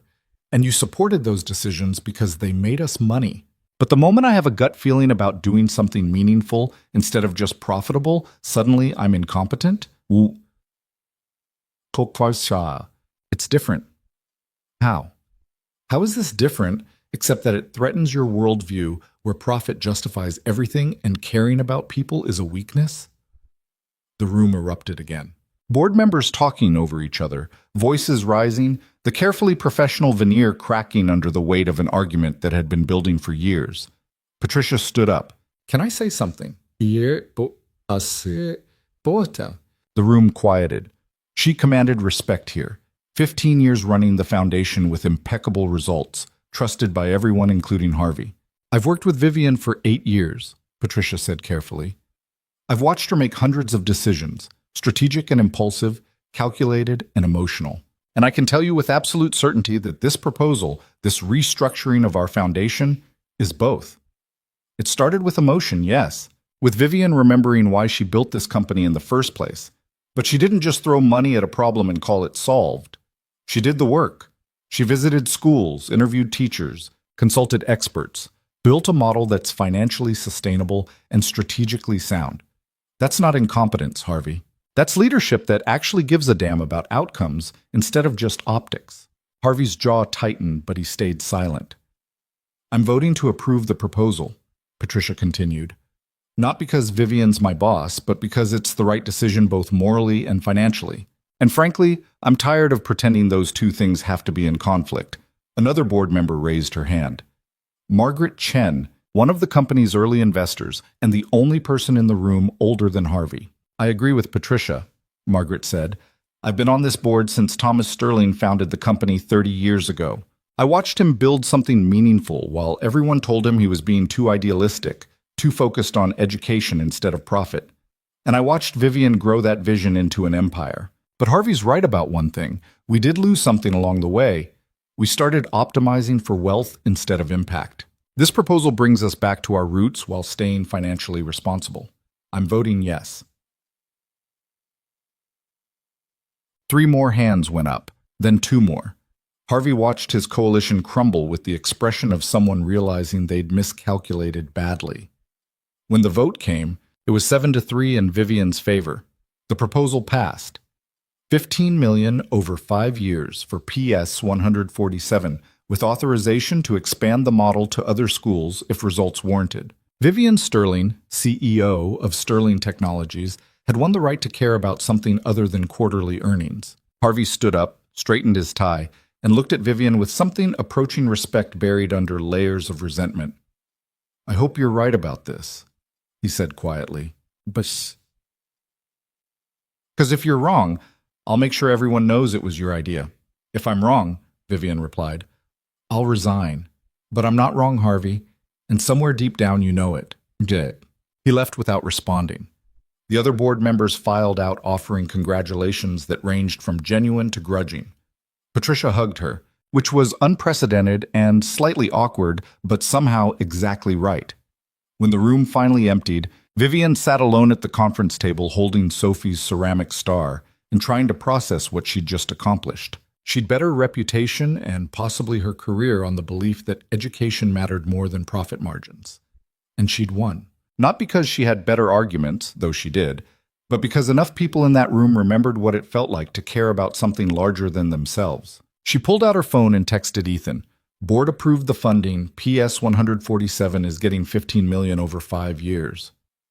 His response came immediately. Sophie's going to lose her mind. Actually, so is everyone at the school. You just changed 300 kids' lives. I hope so. Otherwise, I just made a very expensive mistake. You didn't, trust me. Vivian looked at the ceramic star, its uneven glitter still catching light in ways that made it seem more valuable than logic suggested, and allowed herself to believe him. She'd spent 15 years building wealth. Now she was going to find out if she could build something that actually mattered. The announcement hit PS 147 on a Wednesday morning like a lightning strike nobody saw coming. Principal Jennifer Hayes called an emergency assembly in the gymnasium that still had a warped floor and basketball hoops with fraying nets. 300 students filed in with the confused energy of kids who knew something was different but didn't know what. Teachers lined the walls looking equally bewildered. Assemblies didn't happen without warning unless something bad had occurred. Sophie grabbed her friend Marcus's hand as they sat cross-legged on the floor. Do you think someone's in trouble? Maybe the health inspector came back, Marcus whispered. My mom said the cafeteria almost got shut down last year. But Jennifer stood at the microphone looking happier than anyone had seen her in months, maybe years. Beside her stood Vivian Sterling in jeans and a sweater that cost less than her usual wardrobe, but still screamed money in ways she couldn't quite hide. Good morning, everyone, Jennifer said, her voice amplified through speakers that crackled with age. I have news that's going to change everything for our school, and I wanted you to hear it directly instead of through rumors. The Sterling Foundation has committed to a 5-year partnership with PS 147. Starting next month, we'll receive $3 million annually to improve our facilities, support our teachers, and expand programs for all of you. Silence. The kids stared blankly, trying to process numbers too big to mean anything. The teachers looked at each other with expressions ranging from shock to disbelief to the kind of hope that was dangerous because it could be taken away. What does that mean?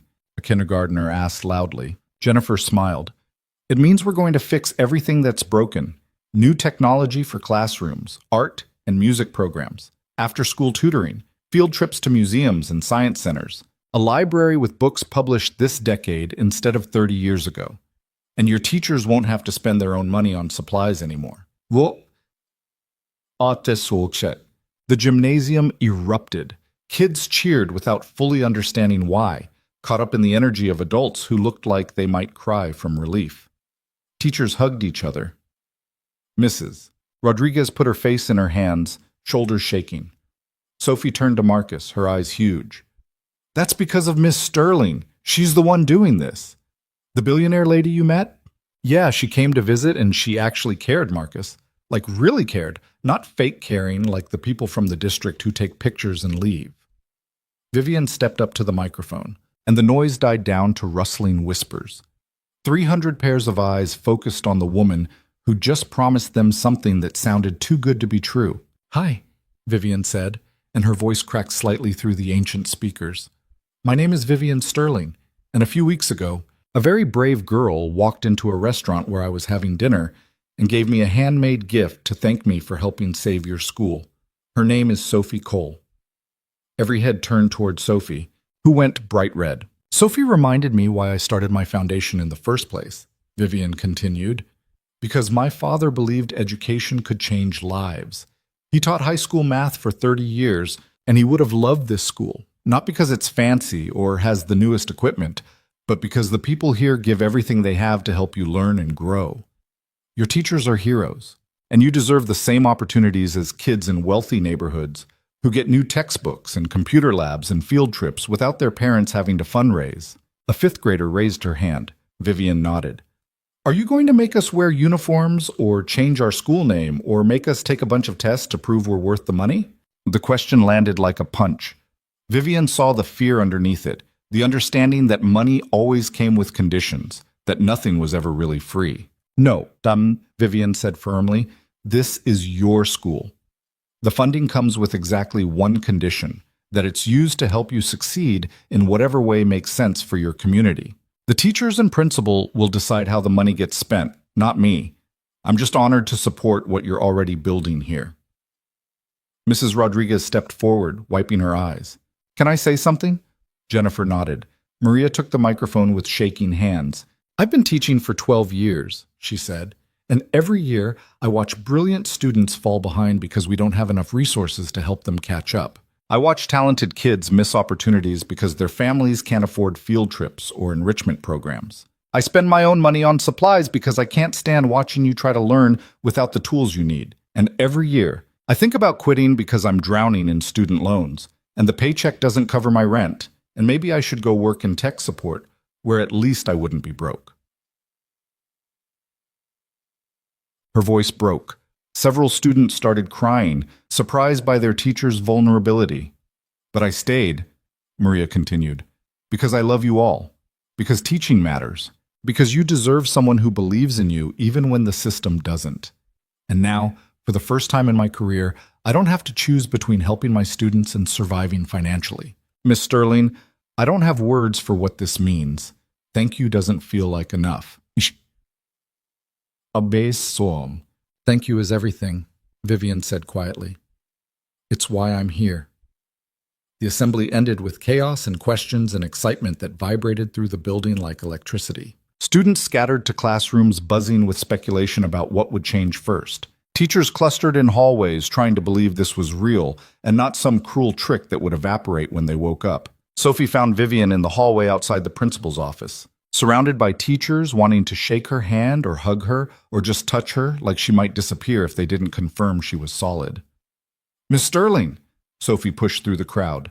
That was amazing. You made Mrs. Rodriguez cry happy tears. Vivian crouched down to Sophie's level. Your teacher deserves a lot more than happy tears. She deserves to not have to choose between teaching and surviving. Are you really going to keep coming here, like to volunteer? Every Tuesday and Thursday morning, starting next week. I'm going to help with your coding club and read to the younger kids and probably mess up a lot because I don't actually know how to be useful in a classroom. You'll figure it out. And if you don't, I'll help you. Deals. Sophie threw her arms around Vivian's neck, and this time the billionaire didn't hesitate. She hugged the girl back properly, fiercely, While teachers and students watched and whispered and tried to process the surreal reality of their lives changing because someone actually cared, later that afternoon, Vivian sat in Jennifer's cramped office reviewing implementation plans. The principal had a spreadsheet open on her ancient desktop computer, adding numbers and deleting them and recalculating like she couldn't quite believe the budget she was working with. "We can finally fix the heating system," Jennifer said, more to herself than Vivian, "and the leak in the East Wing bathrooms, and replace the textbooks that still reference the Soviet Union like it exists." "What's your priority?" Vivian asked. "If you had to choose one thing to do first, what would it be?" Jennifer looked up from the spreadsheet. "Honestly, teacher retention. If we lose Mrs. Rodriguez or Mr. Chen or any of our core faculty, everything else falls apart. So I'd start by paying off their student loans and increasing salaries to competitive rates. Keep the people who make this school work before we worry about shiny new equipment." "That's smart. What's the number?" For loan forgiveness and salary increases? "About 800,000 for the first year, ongoing costs of 500,000 annually after that." "Do it today. I want letters sent to every teacher by Friday informing them their loans are being paid off and their salaries are increasing 20% effective next month." Jennifer stared at her. "You're serious?" "Completely. Your teachers are the foundation of everything else. If we don't take care of them first, we're just putting expensive bandages on a broken system." "Miss Sterling, I don't know what to say. This is going to change lives, not just for the students, but for the adults who've been struggling for years." "Good. That's exactly what should happen." They spent the next 3 hours planning, budgeting, and building a timeline for improvements that felt impossible and necessary in equal measure. Vivian learned more about the reality of public education in those 3 hours than 15 years of foundation work had taught her. The small betrayals of a system that demanded everything from teachers while paying them barely enough to survive. The way poverty compounded itself. Kids who couldn't afford breakfast struggled to focus, which led to falling behind, which created gaps that grew until they became chasms impossible to cross. But she also saw the resilience, the creativity of teachers who made magic with nothing, the determination of students who showed up every day despite obstacles that would crush most adults, the community that formed when people decided to care about each other even when nobody else did. By the time Vivian left PS 147 that evening, she was exhausted and energized in equal measure. Her phone had 17 missed calls from work, 6 texts from Marcus about meetings she'd missed, and a voicemail from Harvey that she deleted without listening to. She called Ethan instead. "How'd it go?" he asked when he picked up. "I made your daughter's teacher cry, announced $15 million in funding to an assembly of very confused children, and spent 3 hours learning why our education system is designed to fail the people who need it most." So, a normal Wednesday. Vivian laughed despite herself. "I also committed to volunteering twice a week, which is either the best decision I've ever made or proof I've completely lost my mind." "Why not both?" "That's what I'm afraid of. Ethan, I don't know what I'm doing. I've never taught anyone anything except boardroom strategy and how to maximize shareholder value. What if I'm terrible at this?" "Then you'll be terrible at it and try again. Sophie's not expecting perfection, Vivian. None of those kids are. They just want someone who shows up and gives a damn. I can do that much at least." "That's more than most people with your resources bother doing." They talked for another 20 minutes about nothing important. Sophie's latest obsession with learning Spanish, the transmission job Ethan had finished that afternoon, the weather forecast that promised rain all weekend. Normal conversation between people whose lives shouldn't intersect but somehow did anyway. When Vivian finally hung up and drove back to Manhattan, her penthouse felt less empty than usual. She had purpose now, direction that pointed toward something other than accumulating wealth and power. It was terrifying and exhilarating and completely insane. She fell asleep on the couch, still wearing her jeans, Sophie's ceramic star on the coffee table catching city lights like a promise. The next morning, reality arrived in the form of a New York Times headline. "Billionaire CEO commits $15 million to single Brooklyn school. Philanthropy or publicity stunt?" The article was long, detailed, and professionally skeptical. It outlined Vivian's proposal, interviewed educational experts who offered cautiously optimistic takes, and quoted 3 unnamed board members who suggested the decision was emotionally driven and potentially unsustainable. Harvey's fingerprints were all over the anonymous quotes. Harvey's. By noon, Vivian had fielded calls from 6 journalists, 12 investors asking if this signaled a shift in company priorities, and a very concerned Marcus who'd stopped by her office with coffee and worry. "The press is going to eat this alive," Marcus said, setting a latte on her desk. "Education reform is political quicksand. You're going to get attacked from every angle. People saying you're not doing enough, others saying you're overstepping, critics claiming it's a tax dodge, supporters demanding you expand to their districts. I don't care. Vivian, you should care. Your reputation affects the company's stock price, investor confidence, your ability to—" "I don't care, Yar," she repeated more firmly. "Let them attack. Let the stock drop. I spent 15 years optimizing for profit and PR, and it made me rich and miserable. I'd rather be controversial and useful than safe and irrelevant." Marcus studied her with the careful attention of someone trying to diagnose a medical condition. "You've changed.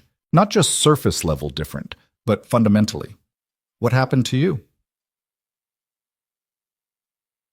"An 8-year-old gave me a handmade star and asked if she could hug me.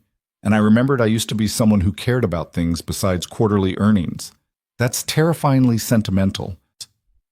"I know, it's also true." The media storm intensified throughout the week. Conservative outlets accused her of wasteful spending.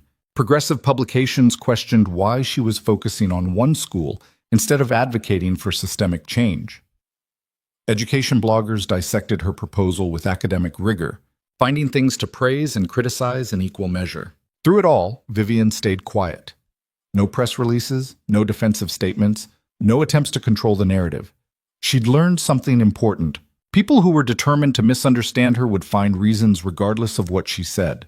Better to let her actions speak instead of wasting energy on arguments she couldn't win. On Tuesday morning, she showed up at PS 147 at 8:15, wearing jeans and sneakers and carrying a laptop bag instead of a designer purse. The students who recognized her from the assembly pointed and whispered. The ones who didn't just saw another adult volunteer, unremarkable except for the way teachers kept staring at her like she might evaporate. Mrs.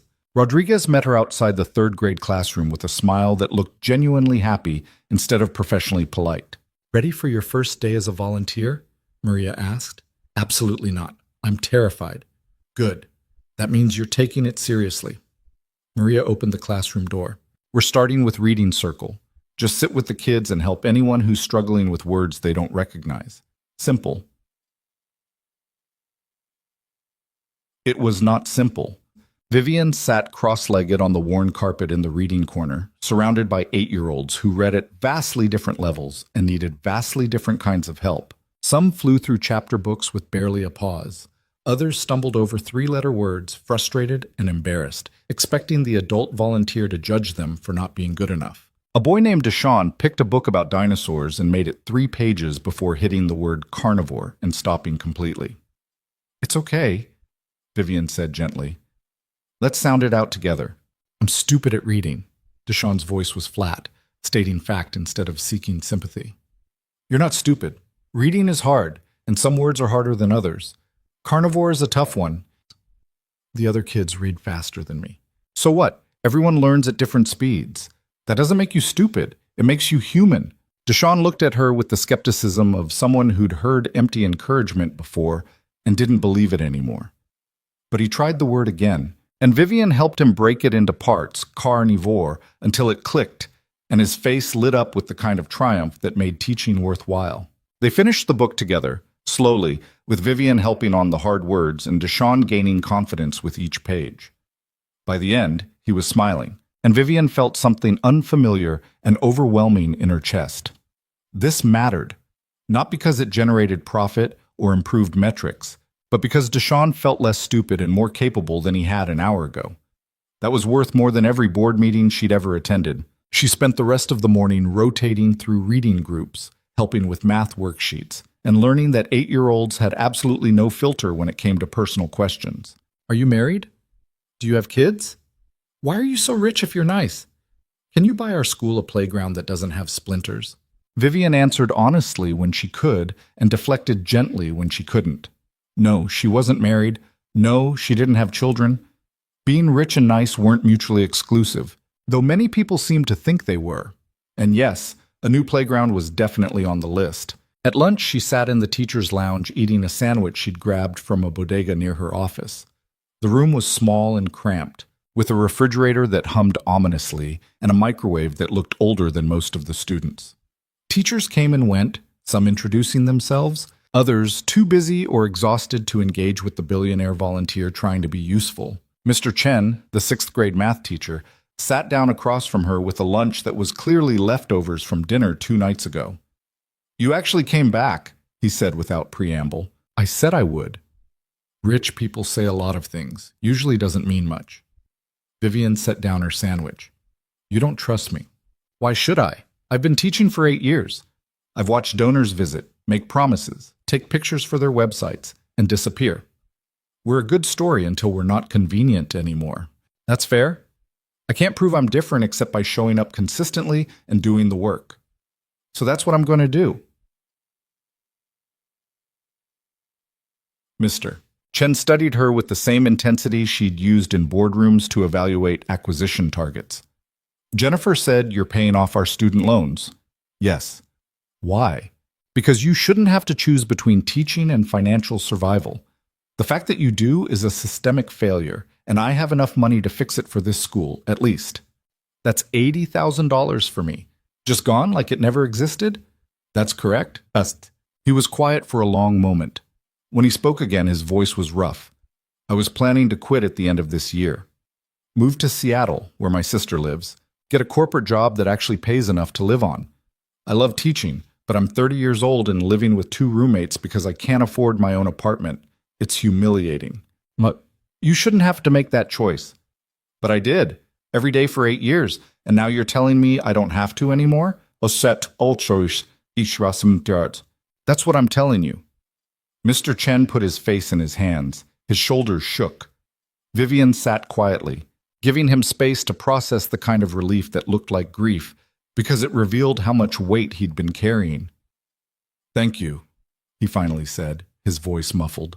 "I don't have better words. Just thank you." "You're welcome. And Mr. Chen, your students are lucky to have you." He looked up, eyes red. "They're good kids. They deserve teachers who aren't too stressed about rent to give them proper attention. They're getting those teachers now." The conversation stayed with Vivian for the rest of the day. She'd known intellectually that teacher-student loans were a problem, had read the statistics in the policy papers. But watching a 30-year-old man cry from relief because he didn't have to abandon his calling to survive was different. It was real in ways spreadsheets could never capture. She left PS 147 that afternoon with grass stains on her jeans from sitting on the playground helping kindergartners learn to tie their shoes, marker on her hands from an art project that had gotten enthusiastically messy, and the profound exhaustion that came from actually paying attention to other humans for 6 hours straight. Her driver opened the SUV door, and she collapsed into the leather seat. "Rough day, Miss Sterling?" James asked. He'd been driving her for 5 years and learned to read her moods. "Best day I've had in longer than I can remember," Vivian said. "And also the hardest." "Where to?" She pulled out her phone and texted Ethan. "Just finished my first volunteer shift. I'm emotionally destroyed and covered in marker, and I think I might actually be useful at this. Coffee?" His response came immediately. "Mel's Diner, 20 minutes. Sophie's with me. Hope that's okay." "Whoopos!" "Perfect. See you there." They met at the diner that was becoming something like neutral ground. A place where billionaires and mechanics could sit in vinyl booths and eat food that tasted like home instead of status. Carol, the waitress, recognized Vivian this time and didn't even ask what she wanted, just brought black coffee and a tired smile. Sophie was working on math homework, her tongue sticking out in concentration the way it did when she was focused. Ethan looked exhausted too, grease still under his fingernails from whatever job he'd finished that afternoon. "How was school, Vivian asked Sophie, sliding into the booth. "Good, Mrs. Rodriguez said you helped Deshaun with his reading, and he wouldn't stop talking about it. He said you told him being slow at reading doesn't make him stupid. It doesn't." "I know, but sometimes he needs to hear it from other people." They ordered food, grilled cheese for Sophie, a burger for Ethan, fries for everyone to share, because apparently that was tradition now. Vivian told them about her morning, about the reading circle and the personal questions, and Mr. Chen crying in the teacher's lounge. That's the thing nobody tells you about teaching, Ethan said quietly. How personal it gets. How much it costs emotionally to actually care about people you're trying to help. You sound like you're speaking from experience. Rachel wanted to be a teacher before she became a social worker. She did student teaching for a semester and came home crying almost every night because she cared too much, and it was destroying her. She switched to social work thinking it would be easier. It wasn't. I'm sorry. Don't be. She knew what she was signing up for. Some people can't help caring, even when it hurts. Sounds like you're one of them. Vivian thought about Deshawn's face when he finally read Carnivore correctly, about Mr. Chen's relief, about the way teaching had felt simultaneously impossible and essential. I think I might be. It's terrifying. Welcome to actually giving a damn, Ethan said with a tired smile. It's expensive and exhausting, and you'll never regret it. Is that what you tell yourself when you're up at 3 a.m. worrying about Sophie? Every single night. They ate and talked while the diner hummed with evening traffic, families grabbing dinner, teenagers on dates, lonely people seeking company in booths designed for two. Vivian felt something settle in her chest, something that felt dangerously close to belonging. She'd spent years in exclusive restaurants surrounded by wealth and status, and she'd been lonely every single time. But sitting in a Brooklyn diner eating fries with a mechanic and his daughter, covered in marker stains and grass from a playground, she felt more herself than she had in 15 years. Can I ask you something? Sophie said around a mouthful of grilled cheese. Sure. Are you happy now? Like, actually happy? Not fake happy, like when people smile but their eyes are sad? The question hit harder than expected. Vivian considered lying, offering the easy answer that would satisfy a child. But Sophie deserved better than that. I'm happier than I've been in a long time, Vivian said honestly. I'm also scared and confused and not sure if I'm doing any of this right. But yeah, I think I'm actually happy. Good. You deserve to be happy. Everyone does. Out of the mouths of 8-year-olds came wisdom that most adults spent lifetimes trying to learn. Vivian looked at this kid who'd walked into a fancy restaurant carrying a handmade gift and somehow changed the trajectory of a billionaire's entire life. Thank you, Sophie, for the star and for reminding me what actually matters. You're welcome. Can I have ice cream now? Some moments were profound. Others just required ice cream. Vivian ordered Sophie a sundae and watched the girl attack it with the single-minded focus she brought to everything from math homework to teaching billionaires about gratitude. The following week settled into a rhythm that felt both surreal and sustainable. Vivian spent Tuesday and Thursday mornings at PS 147, helping with reading groups and math worksheets and learning the names of 300 students who ranged from suspicious to welcoming. She attended faculty meetings and listened to teachers debate curriculum with the passion of people who genuinely cared about outcomes. She sat in on parent-teacher conferences and saw how poverty complicated everything. Parents working 3 jobs who couldn't attend, kids showing up hungry because breakfast wasn't guaranteed, families one emergency away from homelessness. The funding started flowing through official channels. Letters went out to teachers informing them their student loans were being paid off. Contractors arrived to fix the heating system and patch the roof and renovate bathrooms that hadn't been updated since the 80s. New textbooks appeared that actually reflected current understanding of science and history. The library got an infusion of books published in this decade. But the biggest change was harder to quantify. Teachers who'd been planning to quit reconsidered. Students who'd been falling behind got tutoring that actually helped, instead of just documenting their struggles. The school started feeling less like a place people endured and more like a place they wanted to be. Vivian watched it happen and felt something dangerous growing in her chest. The belief that change was possible, that one person with resources and commitment could actually make a difference. And then reality reminded her that nothing good comes without cost. The scandal broke on a Thursday morning, splashed across financial news sites and social media with the gleeful cruelty of people who loved watching successful people stumble. An anonymous source had leaked internal Sterling Technologies emails showing that Vivian had missed 12 board meetings in the past 6 weeks, canceled 17 investor calls, and delegated key decisions to subordinates while spending time volunteering at a Brooklyn elementary school. Bom ikat. The headlines were brutal. Billionaire CEO abandons company to play teacher. Sterling Technologies stock drops 8% amid leadership concerns. Investors question Vivian Sterling's priorities. Harvey had finally made his move. Vivian sat in her office reading the coverage with growing fury and resignation. The leak was strategic, timed to make her look irresponsible right as quarterly earnings were about to be released. The narrative was already forming, a young female CEO too emotional to handle real leadership, distracted by feel-good projects while the company suffered. Never mind that Sterling Technologies was performing better than ever, that profits were up, that every metric showed the company thriving.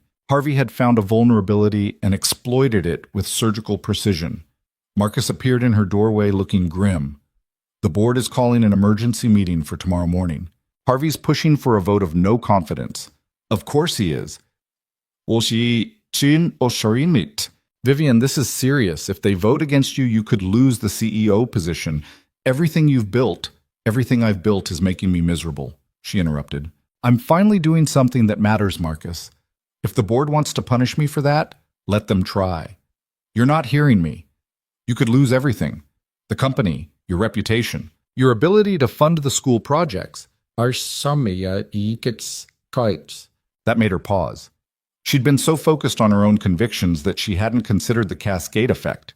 If she lost control of Sterling Technologies, she lost control of the foundation. The $15 million for PS 147 could be canceled. The teachers who'd made plans based on stability would be betrayed again. The students who'd started believing in possibilities would learn that promises from rich people were always conditional. She couldn't let that happen. Set up the meeting, Vivian said quietly. And tell Harvey I'll be bringing evidence of exactly how much I've accomplished while supposedly abandoning my responsibilities. If he wants war, he'll get it. What kind of evidence? The kind that proves I can run a company and care about education simultaneously. Apparently that's a revolutionary concept for our board. She spent the rest of the day and most of the night building a presentation that documented every decision she'd made, every meeting she'd attended virtually, every metric showing the company's continued success despite her reduced physical presence in the office. She compiled testimonials from employees, financial projections, market analysis, everything that proved her leadership was effective, regardless of where she physically stood while providing it. And then, because she couldn't help herself, she added one more section, photographs from PS 147, teachers in classrooms with new books, students using computers that actually worked, Deshawn reading confidently, Mr. Chen teaching math without the haunted look of someone planning their escape, the before and after of a community that had been drowning and was now learning to swim. If she was going down, she'd go down swinging, and she'd make damn sure the board understood exactly what they were voting against. Friday morning arrived gray and cold, the kind of weather that matched the mood in the Sterling Technologies boardroom. Harvey sat at the head of the table, looking confident and prepared. The other board members wore expressions ranging from concerned to openly hostile. Vivian walked in carrying her presentation and the ceramic star that had started all of this. "Let's get this over with," she said, setting the star on the conference table where everyone could see it. "Harvey leaked emails to make me look incompetent. I'm here to prove I'm not. And then we're going to have a conversation about what leadership actually means beyond profit margins and physical presence in expensive offices." Harvey smiled. "Looking forward to it."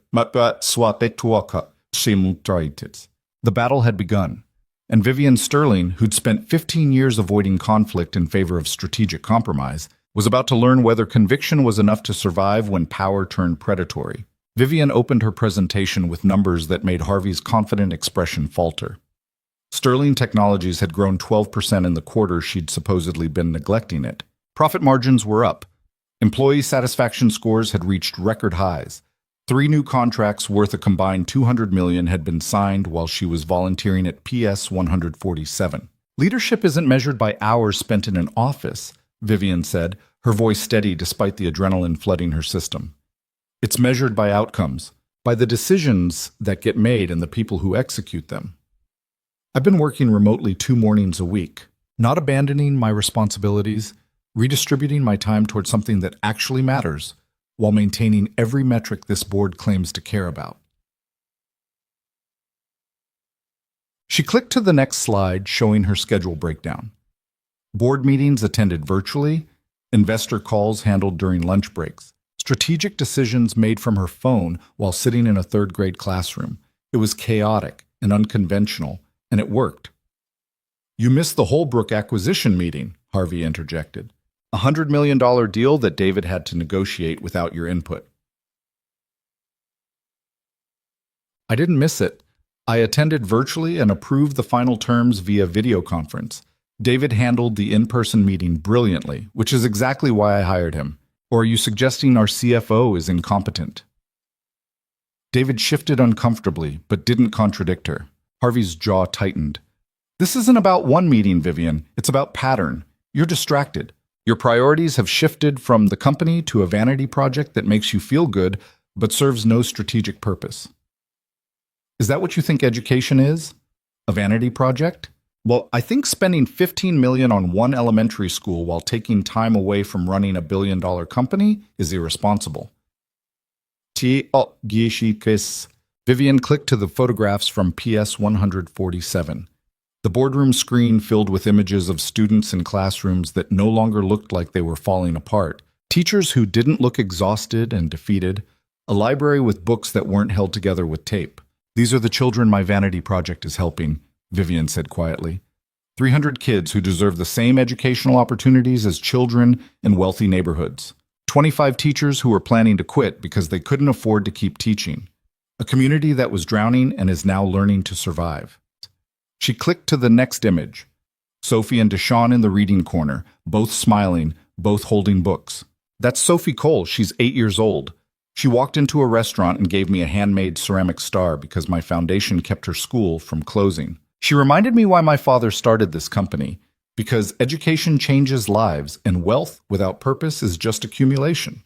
You want to vote me out for remembering that? Go ahead, but understand what you're really voting for." The room was silent. Several board members looked uncomfortable. Margaret Chen stared at the photographs with an expression Vivian couldn't read. Harvey stood up slowly. "This is exactly what I'm talking about. Emotional appeals instead of business logic. You're making decisions based on feelings, Vivian. That's not leadership. It's sentiment masquerading as strategy." "You're right," Vivian said, surprising him.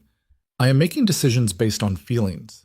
I feel responsible for using my wealth to actually help people instead of just hoarding it. I feel obligated to honor my father's legacy by doing something meaningful instead of just profitable. And I feel like our company should stand for more than quarterly earnings and shareholder returns." Chapuis. "Nin, that's not our job. Our job is to maximize value for investors." "Why?" The question landed like a grenade. "Why is that our only job? We're a $9 billion company, Harvey.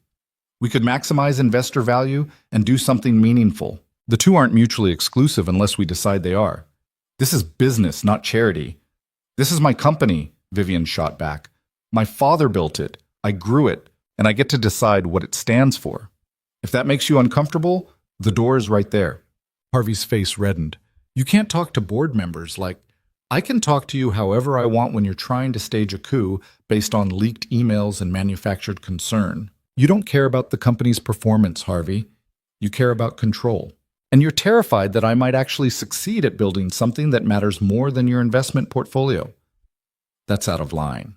"No, what's out of line is you undermining my leadership because I dared to spend 12 hours a week helping children learn to read. What's out of line is suggesting that caring about education makes me incompetent. What's out of line is leaking internal communications to the press to make me look irresponsible when every single metric proves otherwise." The boardroom erupted. 3 people started talking at once. Harvey looked ready to explode. Patricia sat very still, watching everything unfold with the careful attention of someone waiting to see which way the wind would blow. Margaret Chen raised her hand and the room quieted immediately. She commanded that kind of respect. 70 years old, one of the original investors, someone who'd known Thomas Sterling personally and watched his daughter grow up. "I have a question for Harvey," Margaret said calmly. "What exactly are you proposing?" That we remove Vivian as CEO because she's working remotely 2 mornings a week while maintaining record performance? Or are you proposing we remove her because you disagree with how she chooses to spend the company's philanthropic budget? Harvey hesitated, recognizing the trap. I'm proposing we need leadership that's fully committed to the company's success. She just showed you evidence that she is fully committed. The company is thriving under her leadership. So what's the real issue? The real issue is precedent. If Vivian can decide unilaterally to spend company time and resources on personal projects, personal projects? Vivian interrupted. The Sterling Foundation is a company asset, Harvey. Education philanthropy is literally part of our mission statement. I'm not embezzling funds to buy yachts. I'm using foundation money for its intended purpose while working remotely part-time. That's not a scandal. That's flexible leadership in a modern workplace. You're the CEO, not a remote employee. Exactly. Which means I get to define what effective leadership looks like. And I'm defining it as someone who can run a successful company while also doing meaningful work that doesn't generate profit. If you can't accept that, then we have fundamentally different values and one of us shouldn't be here. The silence that followed was absolute. Vivian had just put her position on the line in a way that left no room for compromise. Either the board supported her vision or they didn't. There was no middle ground left. Patricia cleared her throat. I'd like to say something. Margaret nodded. I've worked with Vivian for 8 years, Patricia said carefully. I've watched her build this company into what it is today. And I've also watched her become increasingly miserable doing it. The foundation work was supposed to be fulfilling, but it became another obligation. Write checks, attend galas, generate tax benefits, and good PR. No actual connection to the people we claim to help. She looked at Vivian. When you told me about PS 147, I thought you'd lost your mind. 15 million for one school seemed insane, but then I visited. I met the teachers. I saw what comprehensive support actually accomplishes versus our usual approach of minimal intervention and maximum publicity. And I realized we've been doing philanthropy wrong for years. Vivian's not distracted. She's finally engaged with something real. And the company hasn't suffered. If anything, employee morale is higher because people respect a CEO who actually cares about something besides profit margins. Chung. Harvey looked betrayed. Patricia, I'm supposed to run the foundation effectively. That's what I'm doing. Vivian's model works, Harvey. It's expensive and unconventional, but it works. And I'm voting to support it. 3 more hands went up, then 2 more. Margaret raised hers last, slowly, her eyes on Vivian the entire time. Your father would be proud of you, Margaret said quietly. Not for the money you've made, but for remembering why he started this company. He believed business could be a force for good, not just profit. You're finally proving him right. Harvey stood abruptly. This is a mistake. You're all making a mistake. Then we'll make it together, Margaret replied. Motion to support Vivian's continued leadership and her foundation restructuring. All in favor? 7 hands went up. Only Harvey and 2 of his closest allies abstained. The vote was over. Vivian had won. Harvey gathered his materials with rigid precision, his face carefully blank. I'll be submitting my resignation effective immediately. Harvey, Vivian started. No, you made your position clear. This company is going in a direction I can't support. Better to leave now than watch it fail. He walked out without another word. The door closed behind him with finality that felt like punctuation on an era that was ending whether anyone was ready or not. The remaining board members sat in awkward silence. Margaret finally stood and walked over to Vivian, placing a hand on her shoulder. You did the right thing, she said softly. It won't always feel like it, but you did. I just lost one of our most experienced board members. You lost someone who cared more about control than purpose. That's not a loss, Vivian. That's course correction. The meeting disbanded slowly, board members offering congratulations or concern in equal measure. Patricia hugged her again, whispering, "Don't you dare quit now," before leaving. David, the CFO, stopped to say he'd supported her, even when he thought she was making things unnecessarily complicated, which was probably the closest thing to approval she'd get from him. When the room finally emptied, Vivian sat alone at the conference table holding Sophie's ceramic star and trying to process what had just happened. She'd won the battle, but the war was far from over. Harvey's resignation would make headlines. Investors would question her judgment. There would be consequences she couldn't predict. But she'd also proved something important. That conviction mattered more than consensus, that doing the right thing was worth the cost even when the price was steep. Her phone buzzed. Ethan's number. "Hey," she answered, her voice tired. "Sophie saw the news about your board meeting. She wanted me to call and make sure you were okay." Vivian smiled despite everything. "Tell her I'm okay. I won, actually. Harvey resigned, but the board voted to support the foundation work. That's good, right?" "I think so. Ask me again in 6 months when I know if I destroyed my reputation for nothing." Yes, she naigant. "You didn't destroy anything. You built something that actually matters. There's a difference." "Is there?" Because right now it feels like I just blew up 15 years of careful relationship building for a principle that half the business world thinks is naive. Then half the business world is wrong. Ethan's voice was firm. "Vivian, I've spent my entire adult life watching rich people make decisions that protect their wealth while everyone else suffers the consequences. You're the first person I've met with real resources who actually chose different. That's not naive. That's courage. Feels more like stupidity. Same thing most of the time. Sophie wants to talk to you." Some rustling, then Sophie's voice. "Miss Sterling, Dad said you won the meeting." "I did, sweetheart. Does that mean you can keep helping our school?" "Yes, nothing's changing. The funding is secure." "Good. Because Mrs. Rodriguez is planning this whole assembly to thank you, and she'd be really sad if you couldn't come." "I'll be there. I promise." "Okay. Also, I made you another star. This one has even more glitter. I can't wait to see it." After they hung up, Vivian sat in the empty boardroom watching Manhattan spread below her like a map of ambition and consequence. She'd spent 15 years climbing toward success defined by other people's metrics. And in the past few months, she'd discovered that the view from the top was lonely and meaningless unless you actually did something worth the climb. She packed up her laptop and the ceramic star and walked out of Sterling Technologies headquarters with the strange certainty that she'd just changed everything or destroyed it completely. Time would tell which. The assembly at PS 147 happened 3 weeks later on a Friday morning when the school smelled like fresh paint and possibility. The gymnasium had been renovated, new floors, working speakers, basketball hoops with actual nets. 300 students sat in neat rows while their teachers stood along the walls looking less exhausted than they had 2 months earlier. Principal Jennifer Hayes stood at the microphone wearing a smile that looked genuinely happy instead of professionally maintained. "Good morning, everyone. We're here today to celebrate something remarkable. Our school has been transformed because someone decided to actually care about what happened to us. Miss Sterling, would you come up here, please?" Vivian walked to the front of the gymnasium while students applauded. She wore jeans and a Sterling Technologies hoodie instead of the designer suits that usually defined her, and she felt more herself than she had in any boardroom.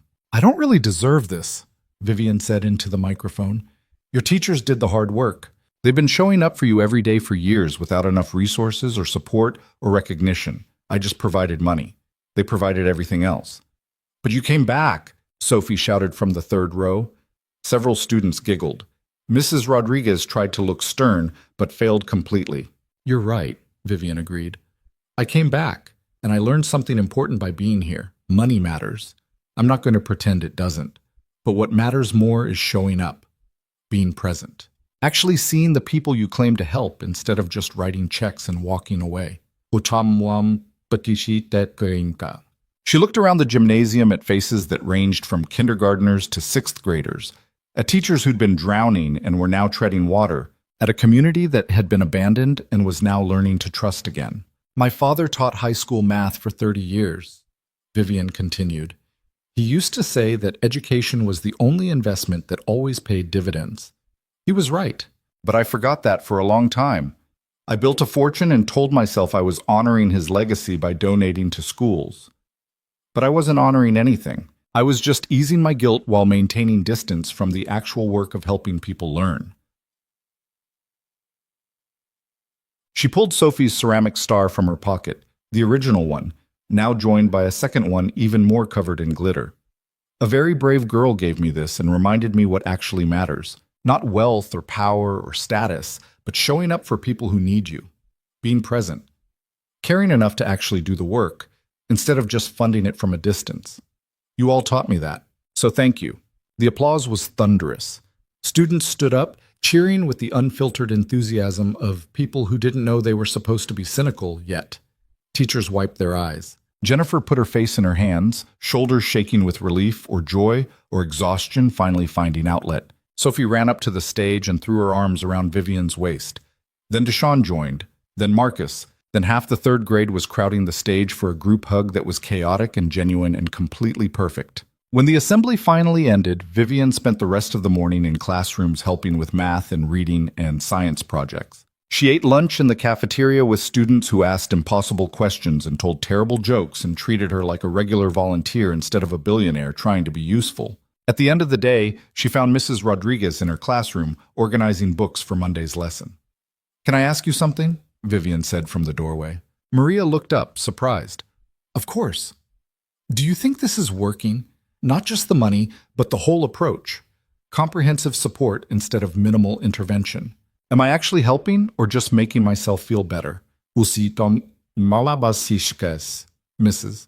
Rodriguez set down the book she was holding and looked at Vivian with the honesty of someone who'd learned to recognize bullshit from a mile away. "You want the truth? The money is helping. The new textbooks and technology and facility improvements are making my job easier. But what's really making a difference is you showing up. The kids talk about you constantly. Miss Sterling helped me with reading. Miss Sterling said I'm good at math. Miss Sterling actually listened when I told her about my science project.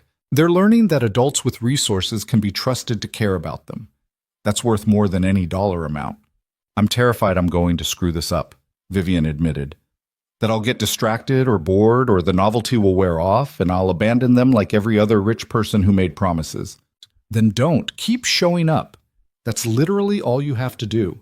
Show up consistently, care genuinely, and trust the teachers to do the actual work of education. You're not a savior, Vivian. You're a partner. We need those more than we need heroes." The words settled something in Vivian's chest. She didn't have to be perfect or solve everything or single-handedly fix a broken system. She just had to be present and consistent and willing to learn. She could do that. 6 months later, Sterling Technologies announced the expansion of its educational partnership model to 12 more schools across 3 states. The stock price dipped initially, then recovered when results from PS 147 showed measurable improvements in test scores, attendance rates, and teacher retention. Business publications wrote analytical pieces about social impact investing. Educational journals studied the model. Skeptics remained skeptical, but the data was hard to argue with. Vivian restructured her schedule permanently. 3 days in the office, 2 days volunteering at schools, weekends for strategic planning and the kind of thinking that required distance from daily operations. It was chaotic and unconventional, and it worked better than the old model ever had. Harvey's resignation made headlines for a week, then disappeared into the background noise of business news. 2 new board members joined, both with experience in social entrepreneurship and education reform. The company kept growing, kept innovating, kept proving that profit and purpose could coexist if you were willing to try. But the real measure of success wasn't in quarterly reports or stock prices. It was in the smaller victories that nobody wrote about. Deshawn reading at grade level for the first time. Mr. Chen staying in teaching instead of fleeing to corporate work. Mrs. Rodriguez buying a 1-bedroom apartment in Brooklyn instead of living with roommates at 34. It was Sophie growing from 8 to 9, still fearless, still asking questions that adults struggled to answer, still believing the world could be better if people just tried harder. On a Saturday evening in late spring, Vivian met Ethan and Sophie at Mel's Diner for what had become weekly tradition. Carol brought coffee without being asked and smiled when Sophie ordered her usual grilled cheese with extra pickles. "How was your week, Sha?" Ethan asked while they waited for food. "Exhausting. The board approved expansion to 5 more schools, which means I spent 3 days interviewing principals and touring facilities that make PS 147 look luxurious." "But you're doing it anyway." "Of course I'm doing it anyway. I can't help 300 kids and ignore 3,000 more just because it's hard." Sophie was working on homework, a writing assignment about someone who inspired her. She'd been laboring over it for an hour, crossing out sentences and starting over, her face scrunched in concentration. "Who are you writing about?" Vivian asked. "You," Sophie said without looking up. "The assignment is describe someone who changed your community, and you changed our whole school, so you count." "Sophie, you should write about someone else, a teacher or—" "No, it's about you. You said people with money should use it to help people, and then you actually did it instead of just talking. That's important." Vivian felt something catch in her throat. She'd built a $9 billion empire, and the most meaningful recognition she'd ever received was a 9-year-old's homework assignment. "Can I read it when you're done?" she asked quietly. "Obviously. I'm going to read it in front of the whole class." Their food arrived, and they ate while the diner hummed with Saturday evening energy. Families and couples and lonely people seeking community in vinyl booths that had witnessed decades of Brooklyn life. The cook flipped burgers through the kitchen window. Carol refilled coffee cups and called everyone "hon," with the earned authority of someone who'd been doing this job since before most of her customers were born. This was real, Vivian thought, not the fancy restaurants or charity galas or board meetings where people performed success. This, eating grilled cheese with a mechanic and his daughter while they talked about homework and school improvements and whether the Mets would ever stop being terrible. "Can I ask you something?" Ethan said during a lull in conversation. "And you can tell me it's too personal. After 6 months of weekly dinners, I think we're past that. What are you going to do with the rest of your life? I mean long term. You're 30 years old. You've already built a fortune and started reforming education. What's next?" Vivian considered the question seriously. 6 months ago, she would have answered with career goals and acquisition targets and 5-year plans designed to maximize shareholder value. But sitting in Mel's diner covered in chalk dust from a morning spent helping 5th graders understand fractions, the answer was different. "I'm going to keep showing up," she said finally, "for the schools and the teachers and the kids who deserve better than what they're getting.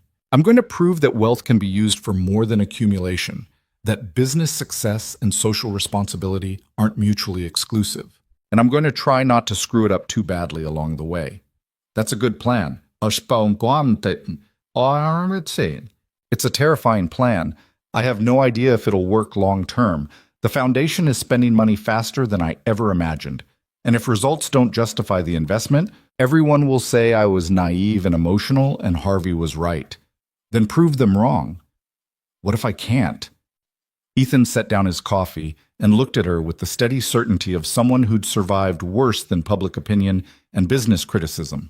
Then you fail trying to do something meaningful instead of succeeding at something empty. That's still a win, Vivian. That's still worth it. Sophie finished her homework with a flourish and shoved it across the table. "Done. Read it. Buki o mukidam." Vivian picked up the paper covered in 9-year-old handwriting that was mostly legible and occasionally creative with spelling. The essay was titled "The Billionaire Who Actually Cared," and it documented Sophie's version of events. Walking into a fancy restaurant, giving a handmade gift, watching a lonely rich person remember how to be human. The last paragraph read, "Miss Sterling could have just given money and left, but she came back.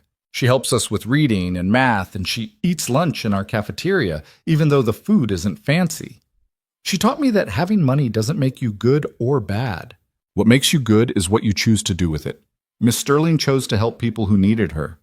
That's what heroes do. Kisam."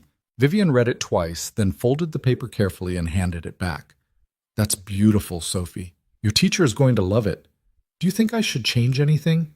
"Not a single word. It's perfect exactly as it is." They finished dinner while Brooklyn evening turned into night outside. Vivian paid the check, still their arrangement despite Ethan's occasional protests, and walked out into air that smelled like spring arriving and car exhaust and the particular scent of a city that never quite slept. Sophie walked between them again, holding both their hands, swinging her arms with the unself-conscious joy of someone who hadn't learned to be careful with affection yet. "Same time next week?" Ethan asked when they reached Vivian's car. "Wouldn't miss it." Sophie hugged her goodbye, fierce and quick, then ran ahead to where Ethan's truck was parked 3 blocks away. Ethan lingered, looking like he wanted to say something but wasn't sure how. "Thank you, Tom," he finally said. for not being like the other rich people we've met, for actually caring about Sophie and her school and people you didn't have to care about. Thank you for walking into that restaurant, Vivian replied, for raising a daughter brave enough to hug a stranger and wise enough to remind me what actually matters. I was drowning in wealth and loneliness before you two showed up. You saved me more than I saved anyone. I think we saved each other. Yeah, I think we did. She drove back to Manhattan thinking about ceramic stars and homework assignments and the strange mathematics of meaning that had nothing to do with profit margins or quarterly earnings. Her penthouse still felt empty when she walked in, but less so than it had 6 months ago. She had purpose now, direction that pointed toward something larger than accumulation. The ceramic stars sat on her desk. 2 of them now, both covered in glitter that would probably never stop shedding, both worth more than anything her wealth could buy. She'd spent 15 years building an empire, and then a child with a handmade gift had taught her the empire was worthless unless it actually helped people. That was the lesson her father had tried to teach her through 30 years of choosing students over salary, education over enrichment, purpose over profit. She'd been too young and angry and hungry for success to understand it when he was alive, but she understood it now. Standing in her expensive penthouse holding cheap ceramic stars, Vivian Sterling finally grasped the truth her father had lived and died believing, that wealth was a tool, not a destination, that success meant nothing if it didn't improve lives beyond your own, that showing up consistently for people who needed you mattered more than any amount of money you could give from a distance. She'd been measuring her life by the wrong metrics for 15 years. Net worth and company valuation and board seats and magazine covers that meant nothing except that she'd accumulated power while forgetting what to do with it. But that was changing. School by school, student by student, teacher by teacher. It was slow and expensive and complicated, and it would probably never generate the kind of returns that made investors happy. But it made her happy. Actually, genuinely happy in ways profit margins never had. That was worth more than $9 billion, worth more than Harvey's approval or board consensus, or the good opinion of business publications that measured success in dollars instead of lives changed. Sophie had asked if she was happy, really happy, not fake happy with sad eyes. And for the first time in longer than Vivian could remember, the answer was yes. She was happy, messy and uncertain and terrified of failure, but happy. Because she'd finally learned what her father knew and Sophie understood instinctively, and Harvey would never grasp. That money could build empires, but only kindness changed the world. And it had all started because a brave 8-year-old girl and her mechanic father chose to say thank you in person to someone who'd forgotten she was supposed to be worth thanking. That was the real story. Not the $15 million in funding or the reformed foundation or the expanded education model. Just 2 people reminding a third person that wealth without compassion was poverty of a different kind, and that showing up for others was the only investment that truly mattered. Vivian set the ceramic stars back on her desk where they caught city lights and glittered with imperfect beauty, and she knew with absolute certainty that she'd made the right choice. Not because it was profitable or strategic or board approved, but because it was human. And being human, messy and caring and present, was worth more than all the billions in the world.